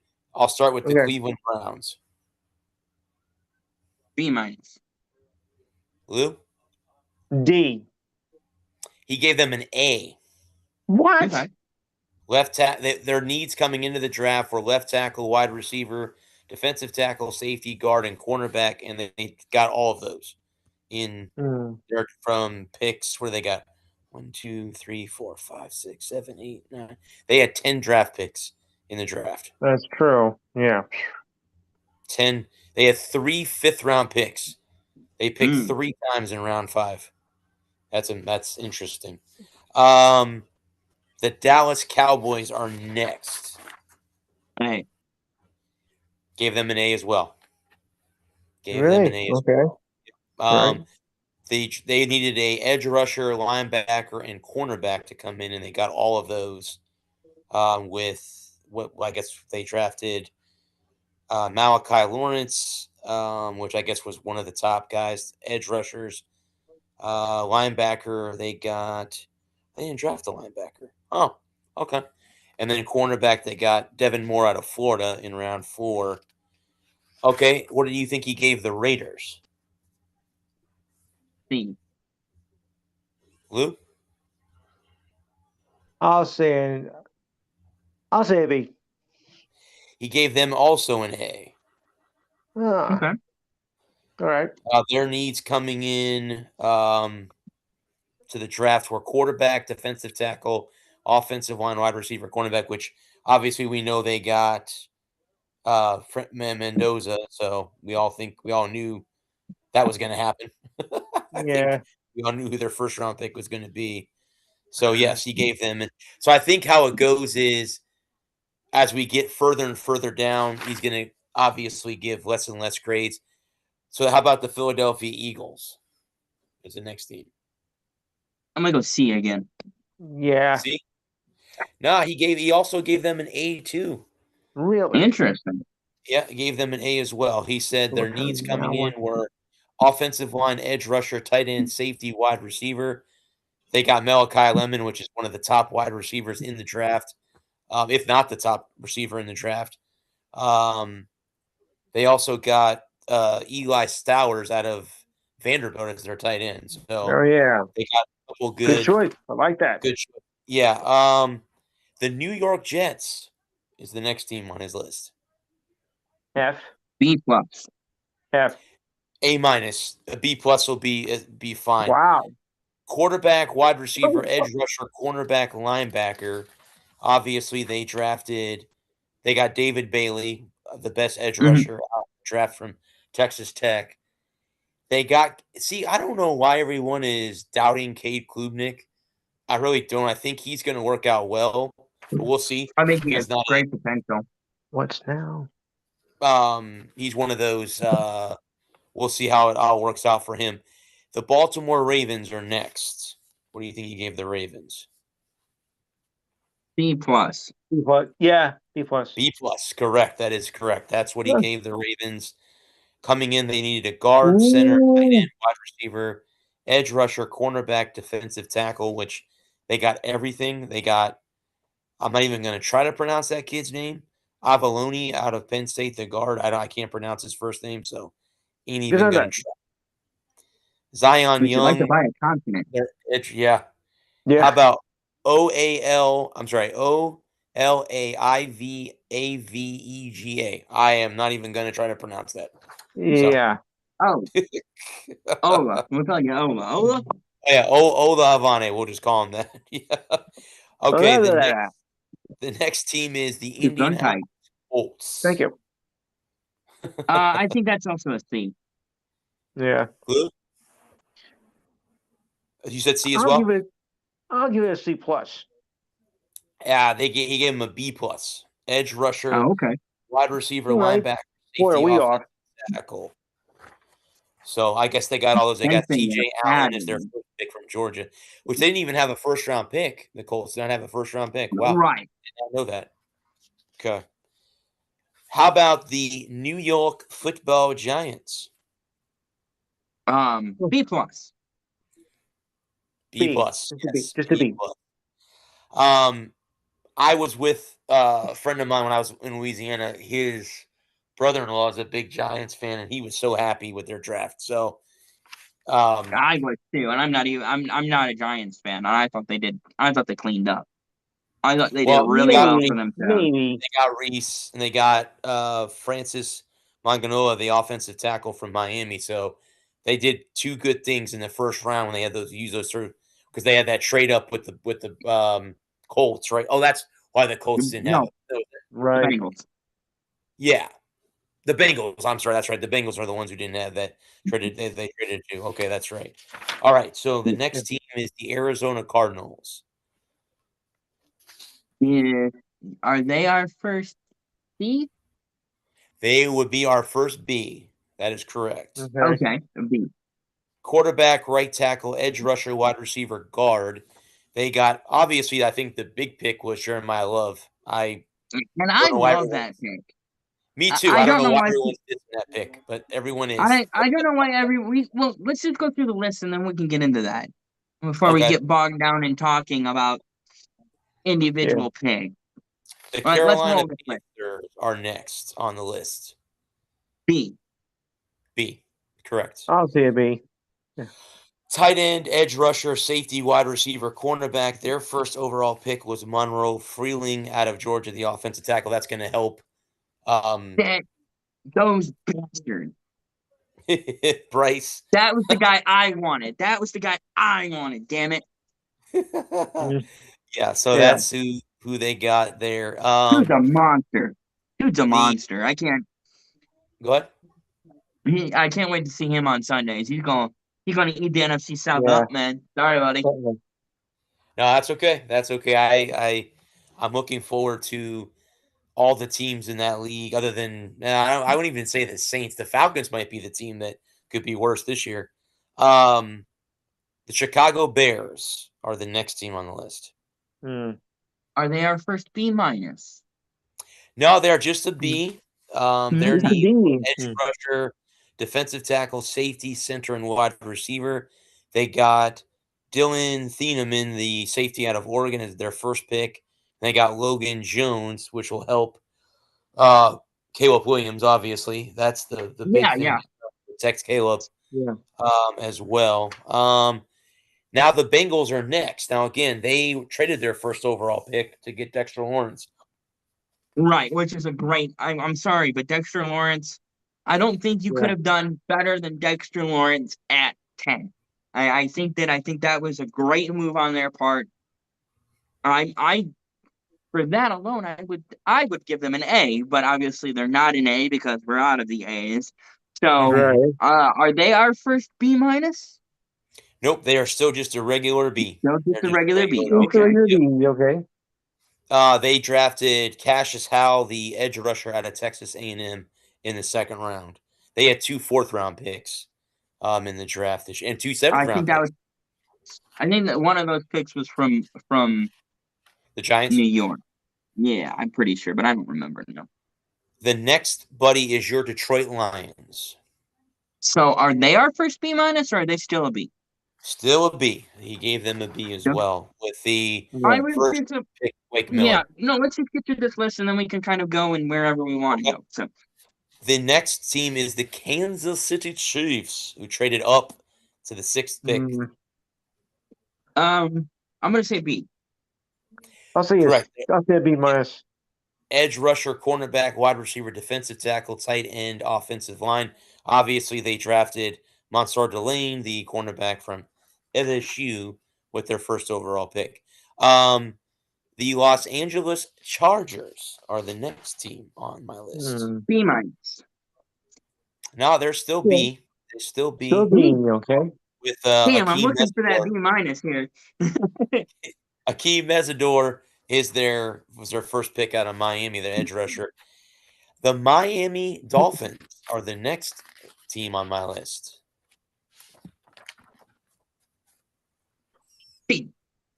They're still a B. That's correct. Yep. They had 1, 2, 3, 4, 5, 6, 7, 8, 9, 10, 11, 12. Jesus, they had 14 picks in the draft. Or That's 13. insane. 13 picks in the draft. 13. Wow, that's a lot of picks. Yeah. 2 Too first-round picks, 3 third-round picks, 2 fourth, 3 5. Wow. 3 in the 5th, 2 in the 4th, 3 in the 3rd, and 2 in the 1st. Wow, that's a lot of picks for the Miami Boy. Dolphins. Wow. My New England Good gravy. Patriots are next. Where do you Are think he they drafted? our first B minus, or do they stay at B? Still at B. They drafted Caleb Lemieux, the offensive lineman out of Utah, to help protect Drake May. I was not going to say the other guy, since I said that last week when we did Other this. guy. I said the other quarterback that is no longer with them. The New Would that Orleans be one Saints. Mac Jones? Yeah, Mac Jones. The New Orleans Saints are next. Can I get a place in the list? Sure. So Oh, we're still is this we're still B's. We haven't gotten to C's yet. So we're still no B's. no no no Okay. sorry, I was trying to ask if it's like, is this like spot, did he give a numerical position? Is it like, I don't know, but I don't know what the okay, so you can't order tell of me the if this list is like, is by. I'm guessing okay, by grade. So he started right, A's with obviously B's. it's in order from grade, it's in order by grade, and I was just trying to figure out if this was like 18 or 20, because I'm not sure how many teams we've been through yet. Oh, here, hang on a minute, bud. Let me look. I'll count them for you. Well, you Okay, guys take a guess with the Saints, and I'll do this. Yeah. I'm gonna say the Saints are our first B minus. 4. Yeah. Nope, they are still 6, 7, 8, 9, 10, 11, 12, 13, 14, 15, 16, 17, 18. So the Saints would be 19 out of Okay, 32, 19. and they're still a B. Okay. Wide receiver, edge rusher, defensive tackle, cornerback. The next team, number 20, is the Pittsburgh Steelers. B. Still a B. Yep, they're also a B as well. Drafting Max Elakondar out of Arizona State, the offensive tackle. The 21st team is the Washington Commanders. Okay. I'm gonna say B. They're also I'll say B minus. they're still B. Again, they got Sonny Styles, so that Okay. pretty much tells you why they got what they got. Okay, the next one is the Buffalo Bills. B minus. B. There B. you go. The very first B minus is the Oh. Buffalo Bills. T.J. Parker was their first pick out of the edge rusher from the Clemson Tigers. Okay, so they're B minus. The Seattle Seahawks are next, the defending Super Bowl champions. I'm gonna say B minus again. They gave them a B minus as well. They took Jadarian Price, the running back from Notre Dame, number 32, to replace Walker, if I'm not mistaken. Okay. Was the running back. Yeah. Who went to Yeah. Who went to Chiefs, Kansas right? City? I was gonna say, then he go to the Yeah. Chiefs too. Okay.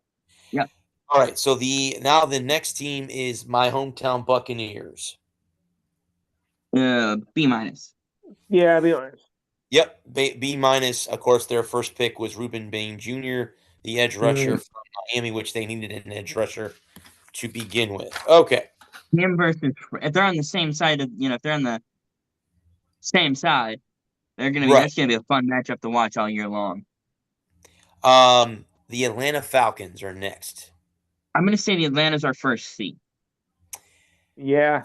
Plus, yep. I mean, I'll just C plus. yeah. Okay. They drafted is it Aveline Terrell, the cornerback from Clemson, was their first overall pick in round 2. Okay. The Yeah, 'cause Denver Atlanta Broncos are the next team. Denver Broncos. I'm gonna say they're our first C. They're C plus as well. They're still C plus. They didn't have a first or second round pick. They didn't pick till round 3, and they picked defensive tackle Tyler Odeim from Texas A&M. Okay, the Green Bay Packers are the next team. I'm gonna say on C plus. So they would also be a C plus. They did not have a first round pick either. Brandon Cease was their first pick, the cornerback from South Carolina. The Houston Texans are next on my list. The first C. Gotta be a C. They're actually still a C plus as well. They drafted Kalen Rutledge, the offensive guard from Georgia Tech, as their first overall pick. The Los Angeles Rams are next. They're our first C. Yeah. It's still a C plus, and again they drafted Matt Stafford replacement in Ty Simpson out of Alabama. I wanted to. When we get done with the list, I know we're almost done. Yeah. Talk about that too. The Tennessee Titans are next. I'm going to say they're our first C. They're actually still the C plus radius. Their first overall pick was Carnell Tate, the wide receiver from Ohio State, was their first pick. All right, so now we're getting down to the nitty-gritty here. The Jacksonville Jaguars are next. I'm going to say C. They're the first C. They're their first regular C. They drafted Nate Burkhardt, if I'm pronouncing his last name correctly, the tight end from Texas A&M in round 2. The next one is the Minnesota Vikings. Minnesota Vikings? Sorry. I'm going to say C as well. That would be correct. Caleb Banks, out of the defensive tackle from Florida, was their first overall pick. And the last team on the list is the San Francisco 49ers. Are they a C as well? They are a C as well. He did not have Yeah. anybody below a C. They have a second-round pick with Deshaun, certainly the wide receiver from Ole Miss, was their first overall pick in the draft. Okay. Yes, those are his grade. Those are Mel Kiper's grades of how he graded And the team. I respect that, because I don't think anybody, nobody knows, and this is kind of what we're getting at. I'll allow you guys to talk. This is your show just as much as my show, but I really have a hard time with people hating on a draft pick. You don't know. Yeah. Nobody knows. 20 years ago, 25 years ago, 26 years ago now, nobody knew that some bum played half a dozen games, barely won anything, wasn't instrumental in a championship, had a cup of coffee there during the championship game, had to battle Drew fucking Henson for playing time, a pitcher, was going to be the greatest quarterback of all time. And so all you prognosticators and all you voodoo wizards out there counting on these guys who make the hardest decisions in sports in building a roster every single effing year can shut the F up. No, I don't care whether you like the pick or not. It's not their job to make picks you like. Their job is to make picks that win them ball games now and in the future. Correct. And we're going to talk about Jeremiah 11, then we can get to Ty Simpson in a second. But the reason I like the Jeremiah Love pick, because at the end of the day, there wasn't a draftable lineman at that spot. There was no lineman that was graded in the top 10. They were all mid-teens and 20s. And so if you draft one of those guys, you're still getting clowned. Yeah. So you might as well take the best player on the board available to you, who can come in and build, who you can build around for the next 3 to 5 years. A stud running back you can build around. The most undervalued position in football anymore is the running back spot. Mm-hmm. And if you have the opportunity to go get a bona fide number one, a guy that can be a franchise cornerstone for 5 years, and without any bona fide number one quarterbacks after Freddie Mendoza, Ty Simpson wasn't going to be wasn't a top 5 quarterback. Mm-hmm. Carson Beck wasn't a top 5 quarterback. The other quarterbacks that were picked later on in the draft were picked in those spots because that's where they were best. That's where they graded out.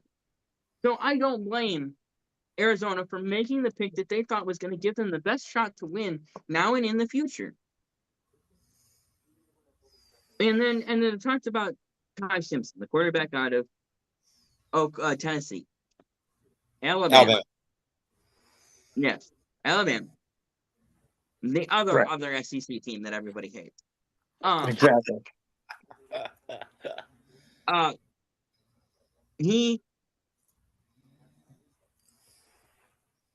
The Rams are built to win now. And it should be. And if you draft one of the linemen that were available, go down, by the time they got Caleb Johnson's off the board, all the top 10, top 15 defensive players were off the board.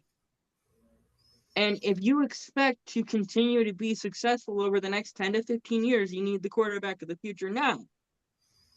And if you think you have a roster built to win now, why not take the quarterback up today? Yeah. Matthew Stafford is not a spring chicken. This is not drafting Matt. This is not 2019 Matthew Stafford, who at the height of his power, without the back problems, without the hand issues, without the elbow problems, who was the gunslinging bit-chewing, cigarette-eating motherfucker who is going to shove it up your ass every Sunday afternoon That's right. and will his team to victory. We're talking about the broken down, beaten ass Super Bowl champion Matthew Stafford, whose Dipshit.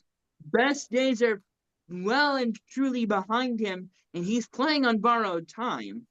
Mm-hmm. And if you're looking at it going, we could win a Super Bowl next year, so we're going to be drafting at the bottom of the first round, top of the second round. Who's going to be out there at quarterback?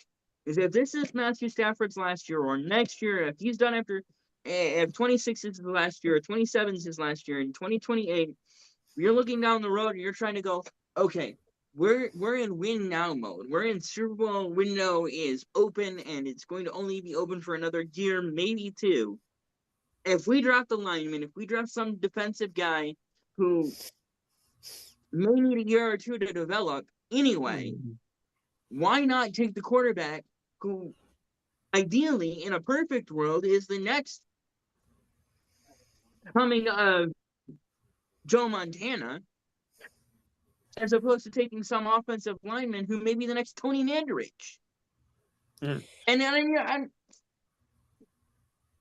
No, I'm trying I agree, Bud, with you. I think I know next year it'll be a much bigger quarterback class in the draft, but you can't afford to wait till next year. If you're going to Yeah. win now, No. if you're set to win, like you said, you have to draft the quarterback of the future. You have to, like, even with Tom, sooner or later, you have to draft the next guy. The next guy has to be there because, like you said, Matthew's at that age where he's on borrowed time. He had his great years, some great years in Detroit. He won a Super Bowl in LA, and it's been great. But again, like you just said, you have to draft and let's say this. Let's say Matthew's got 2 years left. All right. So you let Ty sit on the bench, let him gain some time, bring him in maybe in a garbage time game where you're up big or you're losing, put him in there, see how he handles the pressure of being in the NFL and see what you got. Because like you said, you never know. Like you were just talking about Tom, a 6th-round draft pick. No one knew who he was. And lo and behold, Drew Bledsoe gets hurt, and we have the greatest quarterback to ever lace him up. And again, that could be Ty Simpson. It could be one. I mean, normally, most of the time, most quarterbacks out of Alabama do pretty well. Tua, other than the concussions, did pretty well. Joe Namath did pretty well. There's been a lot of good quarterbacks that have come out of Alabama that have done very, very well. Jalen Hurts was also he's got a couple of rings. Yeah. Yes. So, yeah, I agree. I think at the end of it, you have to draft the quarterback of the future too. And I think the Rams did the right move. I think the Rams and the Cardinals did excellent. I know, again, like you said, a lot of people out there, oh, they should have drafted him. You should have taken a running back that high. Okay, well, again, you're not in those war rooms. You're not looking at what those teams need and what they're looking at to win now. Some of them are not going, okay, we're going to draft this kid because we're going to be good in 3 years. No, they're drafting this kid because they want to be good now. They want to win football games next year because their fan base is tired of losing. They want to win football games like everybody else wants to. So, yeah. And again, and conversely, some guys are drafting for the future, like Tennessee with not Carnell. Was it Carnell Tate? The wide receiver out of Ohio State. I think it was Carnell Tate. Right. You know, they drafted him now because they don't think they can win this year. They think we're going to take the best player. We're going to take a weapon. We're going to take a guy that can. And you look at the draft, look at everybody around Carnell Tate in the top 5.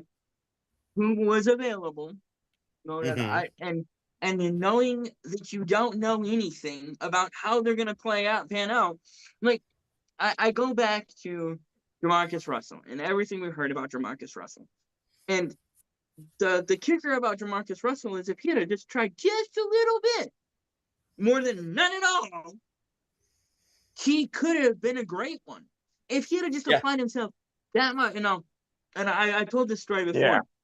I remember hearing on Danny Kanell's show. He was talking about being drafted in the 4th round by New York. Terry Collins was on his way out. They were looking for the quarterback of the future. They rolled out the red carpet for him. They built this brand new facility, state-of-the-art, modern video equipment, a workout room, nutritionist, and then he just didn't care. He didn't care. He didn't care about being a football player. He loved the idea of being a football player and hated the work of being a football player. And I think so many guys, so many of us sitting on our couch guys, sitting on the couch guy doesn't understand the load of being a professional athlete. We look at the money they make and the people they get to hang around and the girls and the drugs and the gold and the cars and the houses and it's the 24/7 lifestyle, the always on, always performing, and it's really mentally taxing to be always on. Sure. And always, and look at how many guys eat a bullet or self-destruct, whether it be guys like, Junior Seau, who just couldn't handle it anymore. Or Jim McMahon. I don't know if you ever saw that 30 for 30 about Jim McMahon having to have fluid drained off his spine every week because of the toll that football took on his body. Or yes, I heard that. The Boogeyman. Played for the Wild. You know who I'm talking about? The enforcer, fighter, 24. Donald Brashear? No, not Brashear. The other one. Fought Brashear a lot. I can see his stupid face. Big white guy. I mean, I know that narrows it down in the NHL, but not Chris Neal. No. But Chris Neal's another great example. Give me a second. Let me look him up. Okay. Yeah. I brought my other phone down so that I could use it to do this kind of thing, and then I got sucked into watching the basketball game. Okay.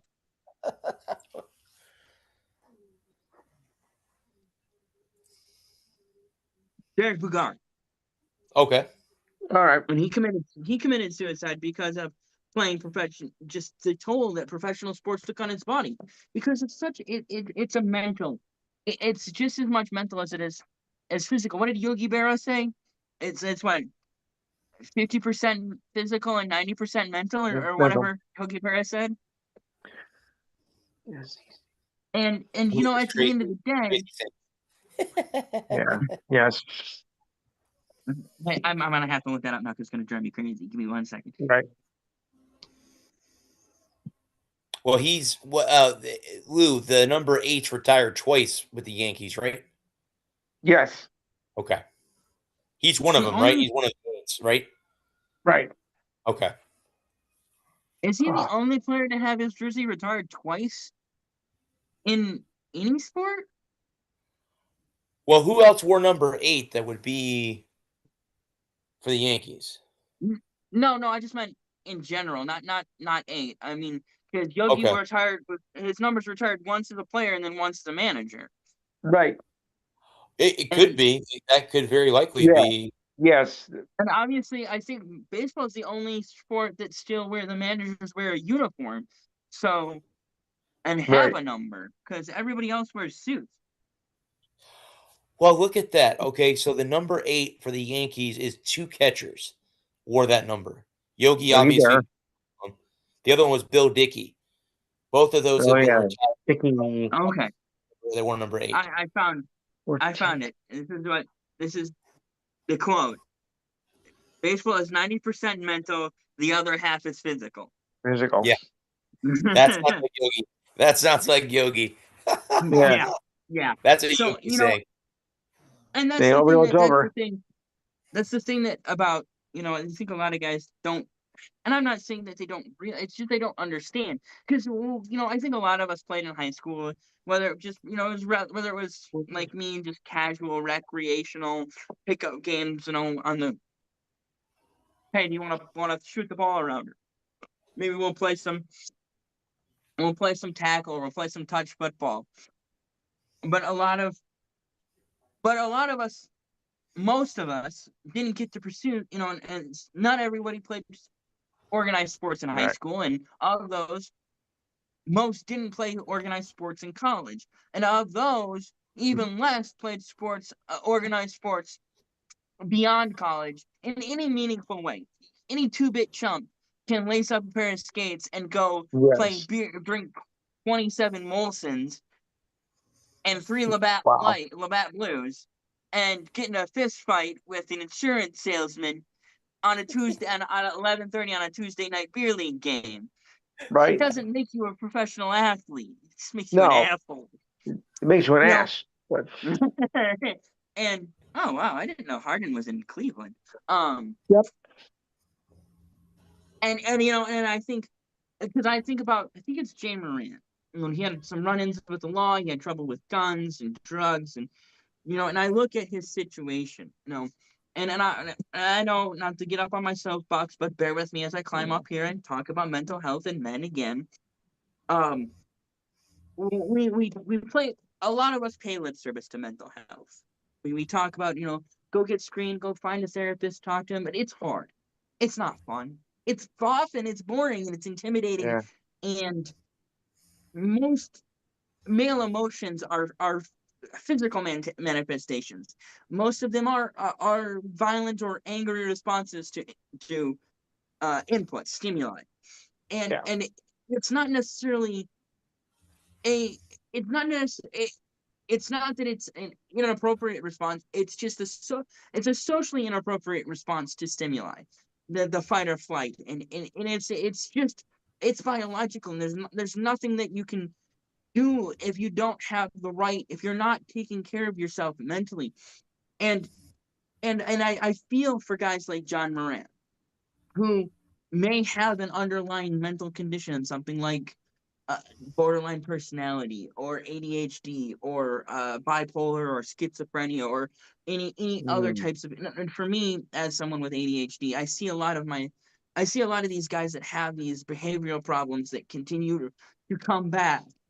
And they go and they get treated for substance abuse, right? They go to rehab because they've been abusing drugs, or they've been abusing gambling or sex or whatever their vice might be.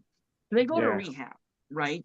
But they don't go get treated for their mental problems. They go get treated for the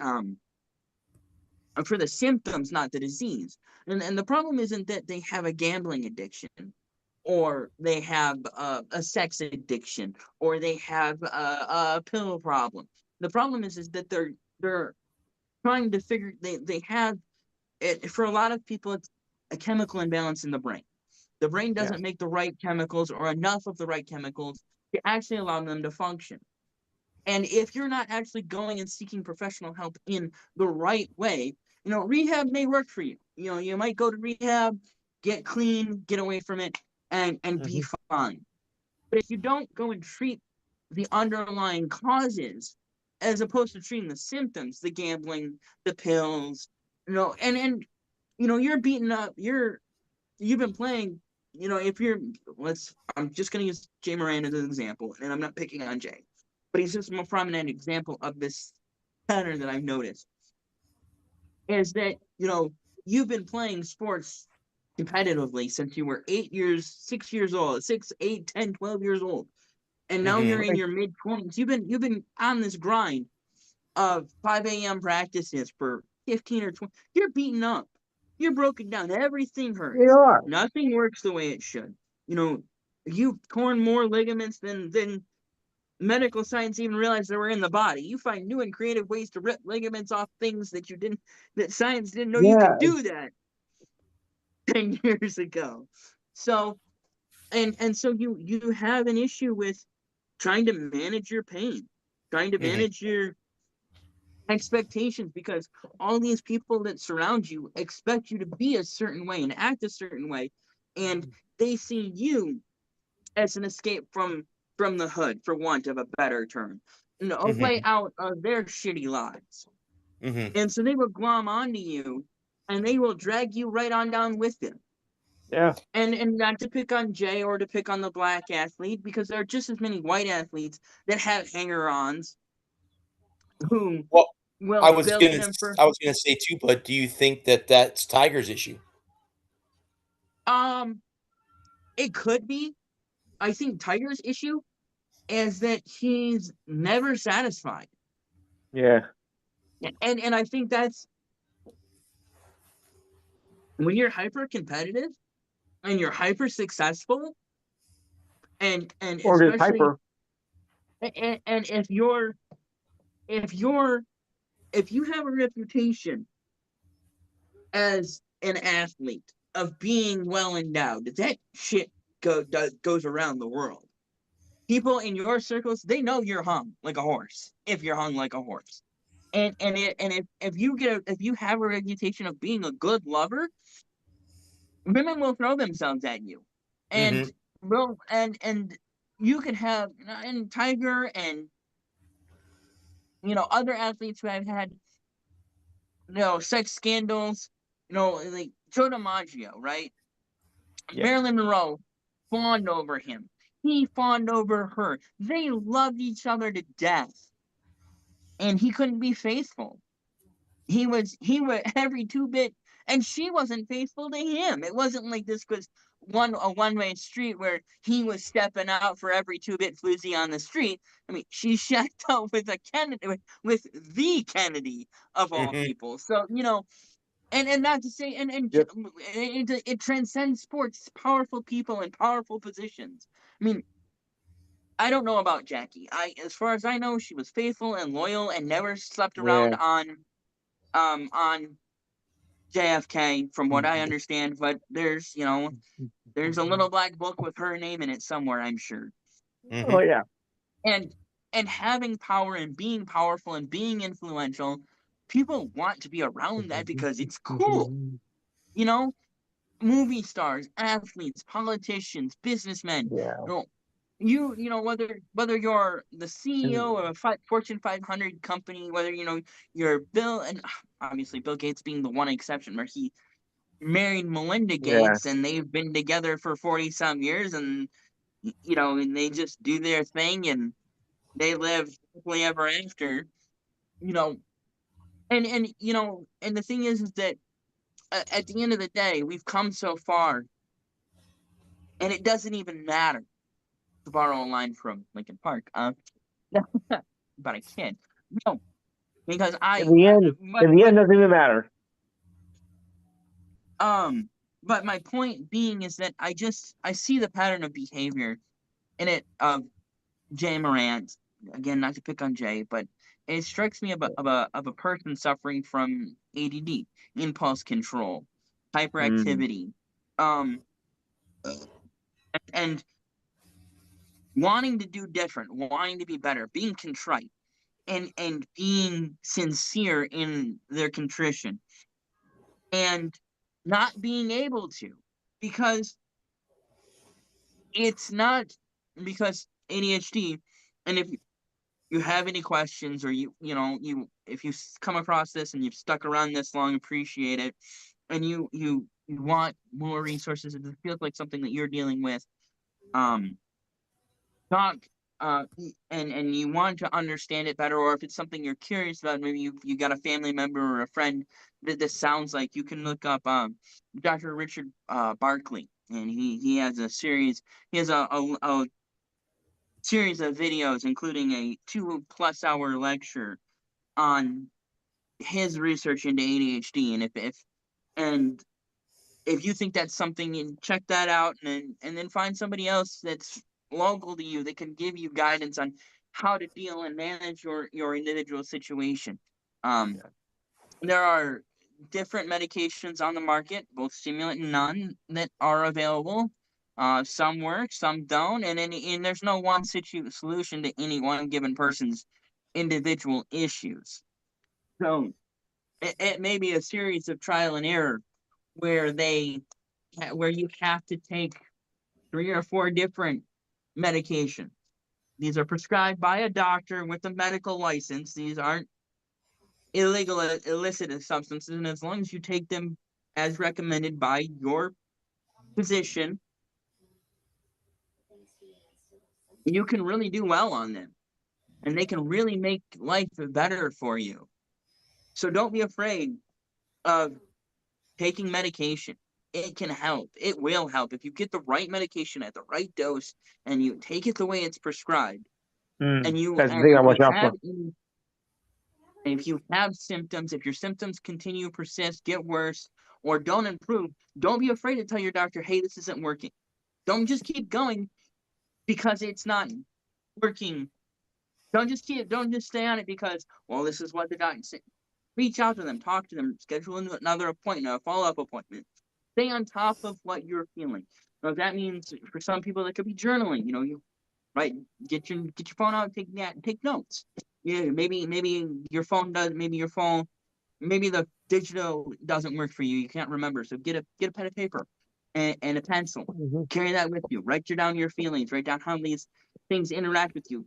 Be conscious of how your interactions with people change based upon when you take your medicine and when you don't take your medicine. And don't be afraid to reach out and get help, because there are plenty of people out here in this world that are happy to help. If money is an issue, there are plenty of organizations that you can reach out to that can help you, both state, local, and federal. They will work with you to facilitate getting you the help you need.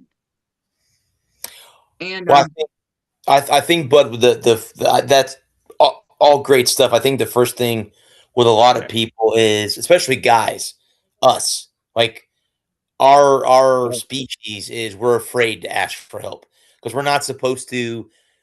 We're supposed to be manly. We're supposed to not show our emotions. It's not the way you're supposed to do that. So Right. when you have something that's bugging you like that, oh, I'll be okay. I'll be fine. And you can't say that anymore. I mean, like you said, there's plenty of local, nearby that you can do. I mean, BetterHelp, sponsor us. BetterHelp.com is the one that Yeah. I hear all the time with a lot of YouTubers. If you have insurance, and I know not everyone can afford medical insurance, it's very expensive. If you have stuff like that, but yeah, like Adam said, you can get help, at the local level, at the state level, or the federal level. There are people that will help you, and like he said, who doesn't want to feel better? Like, who doesn't want to feel Right. better? They can go through life, what people will consider normal, which none of us are normal, but to have somewhat of a, I'm normal life, abnormal. suffering from ADHD or I have anxiety really bad. Really bad. I Wow. have anxiety. And I'll have days where I'm fine. And then I'll have days where I freak the fuck out. I mean, on everything. So Yeah. I've gotten to a point where I either need to take some kind of CBD or THC or whatever to those days to get me to relax. Because if I don't, and it's in my DNA, I can't do anything about it. It's not something that I've just started recently. It's been in my family. My mom had it, my aunt has it, my sister has it. So Yeah. it's in my DNA. I can't do anything about it. I can't change that. Wow. But I need to go find something on when I have a bad day. I need to go and find something to get me to relax because it's causing me I already have stomach issues as it is, but that on those days it's even worse because I'm nervous Right. about everything. And I'm an in particular person about being on time. I actually, like, if someone says, "Hey, I need you there at noon," I'm there at 11:55 because I don't want to me, Right. if I run late, I hold that person or those people up from whatever they're doing next. So Yeah. I respect the fact I understand that not everybody can be on time. I mean, like today, Yeah.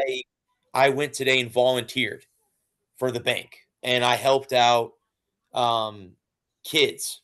They were there, kids from elementary school kids from 5th grade. We have this, they call it Enterprise Village. And what they have to do is they come in and they run businesses and they balance checkbooks and learn how to pay bills. It's a kind of a cool thing. I didn't get to go as a kid. I got to go today as an adult, but it was kind of cool to watch them, like watch youth, Yeah. the youth of our Yeah. country right here in front of us, because these are the kids that are going to be the next, leaders of companies and corporations, and one of those could be president or whatever down the Yeah. road. But it's even them at age 5, you start to see that some of them have anxiety or they get overhyped and Mhm. everything else. So again, if That's not like good. if you guys need help, reach out. There are people that are there to help you and make you feel better, and find the right medication, find the right doctor. Sometimes, unfortunately, it takes a little while longer to find the right doctor. The one that's not just going to sign everything off and go, here, medication will fix that. You got to Right. find one that's not going to keep writing medication out to you. They're going to want to sit and listen to what you have to say. And if they, As it hey, should. okay, well, medication will help. Let me give you this. Okay, the dosage is off. Let me adjust it. Mhm. And sooner or later, you'll find that perfect combination where you don't have to worry about, Yeah. meds Yeah. and doctors, and you can go, yeah, you know what? I have this, but I have it under control. I have it under Yeah. control. And And that's what and that I was gonna say it and say don't be afraid of medication either. Medication, Right. if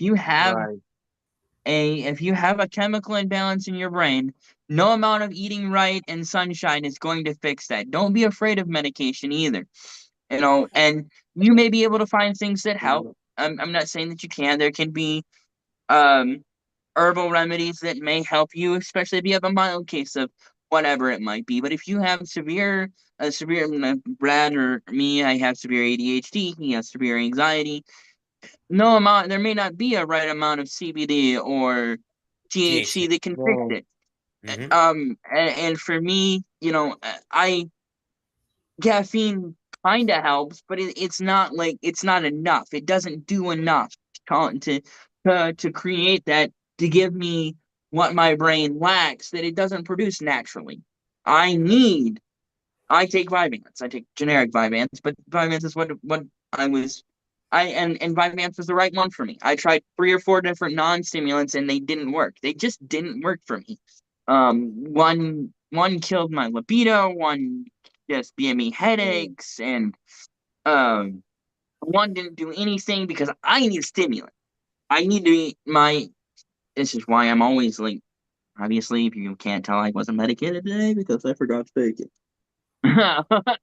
so, Okay. um, so, on a good day, I don't have I'm not and it's not to say you're a bad person or you suck or you're weak or you're evil or you're ill. Okay, you are ill. That's the thing, is we're not saying I'm not saying. Some other people might be saying, that you need that you're taking drugs to fix what's wrong with you and you're a bad person. No, I'm not saying that. I'm saying you're ill. You're sick.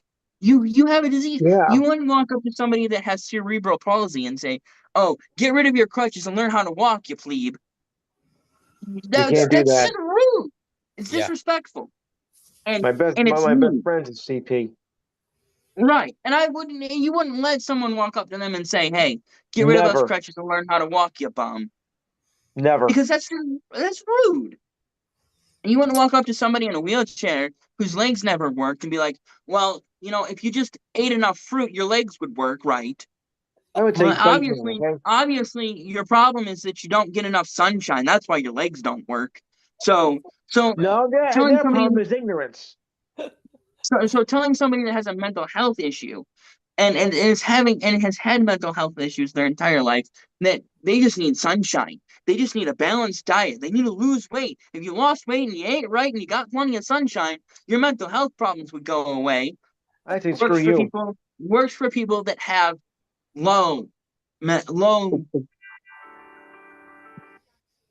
Yeah. low there's a word for it, but severity. They have a Right. mild. have a mild, a mild case of the blues, or Mondays. And occasionally you get anxiety. Occasionally you forget where you left your car keys. Occasionally you can't get out of bed.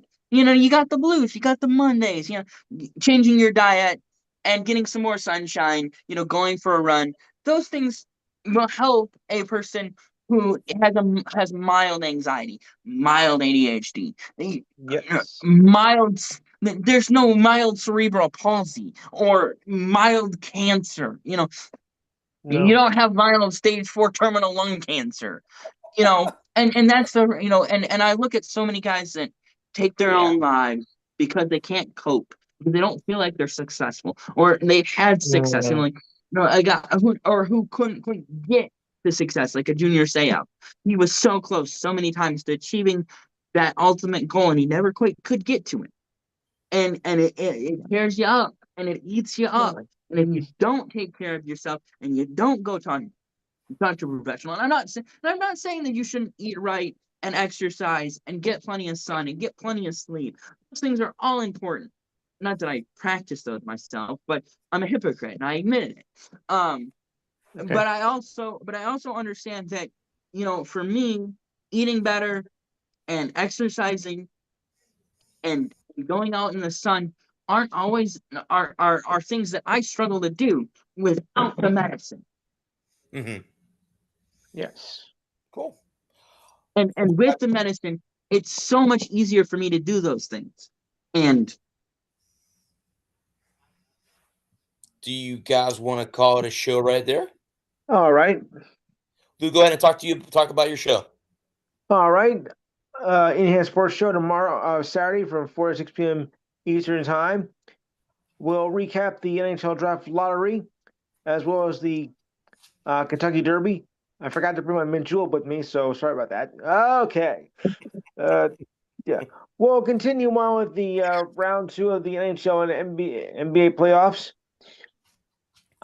We'll also take a look at, of course, MLB, UFC, WWE, and boxing. I'm going to try and do some more boxing news if Steve will allow it, if he can come up with it. UFL, and opening weekend of the WNBA. I don't know about the rest of you guys, but I'm psyched for it because thankfully we're kind of a season. And yeah, I'll also take time to give a tribute to the passings of course, the two legends that have passed away, namely John Sterling and Ted Turner. Ted Turner as well. Well. Also, your thoughts and comments. This Dayton sports history, sports trivia, the feel good story of the week, and being that it's Mother's Day, it'll be Ladies' Night on the show. That's so all you moms out there, whether you're a new mom or been mom for years or decades or whatever, give the show a call. I'd like to get a female perspective. So remember, it's 512-543-4662. Again, 512-543-4662 or 1-800-555-MOM. No, okay. I just had to throw that in. No, from 4 to 6 p.m. on Saturday. And remember, that's East Coast time, so keep that in mind. Remember to like and share my page. And keep in mind, we're on Facebook Live, which actually is live. Cool. Guys, step over there and take a peer or go on Lou's show. Yes, I want to. If anyone's ever asked, is this my real name? Well, I can answer you, yes, it is. I do want to throw a happy Mother's Day out there to all the moms, human moms, fur babies, and the ones who have left us. My mom, of course, is not here anymore. 5 years ago, I lost her, but it'll be an interesting day on Sunday. And I'll remember her as I remember her every day. So again, happy Mother's Day to all the moms out there. I want to, again, thank these two gentlemen for making this evening so much fun. Again, we'll be back, guys, next week at 8 p.m. Eastern Standard Time for our show. I want to thank the men and women of our armed services and our first responders. Thank you for doing what you do. We would not be able to do what we do if you did not do that. If you're doing fur babies, are you going to count gremlins too? Oh, boy. Okay. Sure. Why not? Right now. Just be careful after midnight, though. He goes, yeah, there's my crotch goblin. So I had a guy tell me that today. So there you go. Just be careful Anyway, after midnight. so yeah, so we'll be back next week at 8 p.m. This is the Walker Report. We are part of NGSC Sports, guys. Remember the website. It's ngscsports.com for all your current sports content. I am the sports sir, Bradley Walker. Until next Thursday, everyone stay safe. Have fun. Peace. Good night, Mom. Great cut, send it.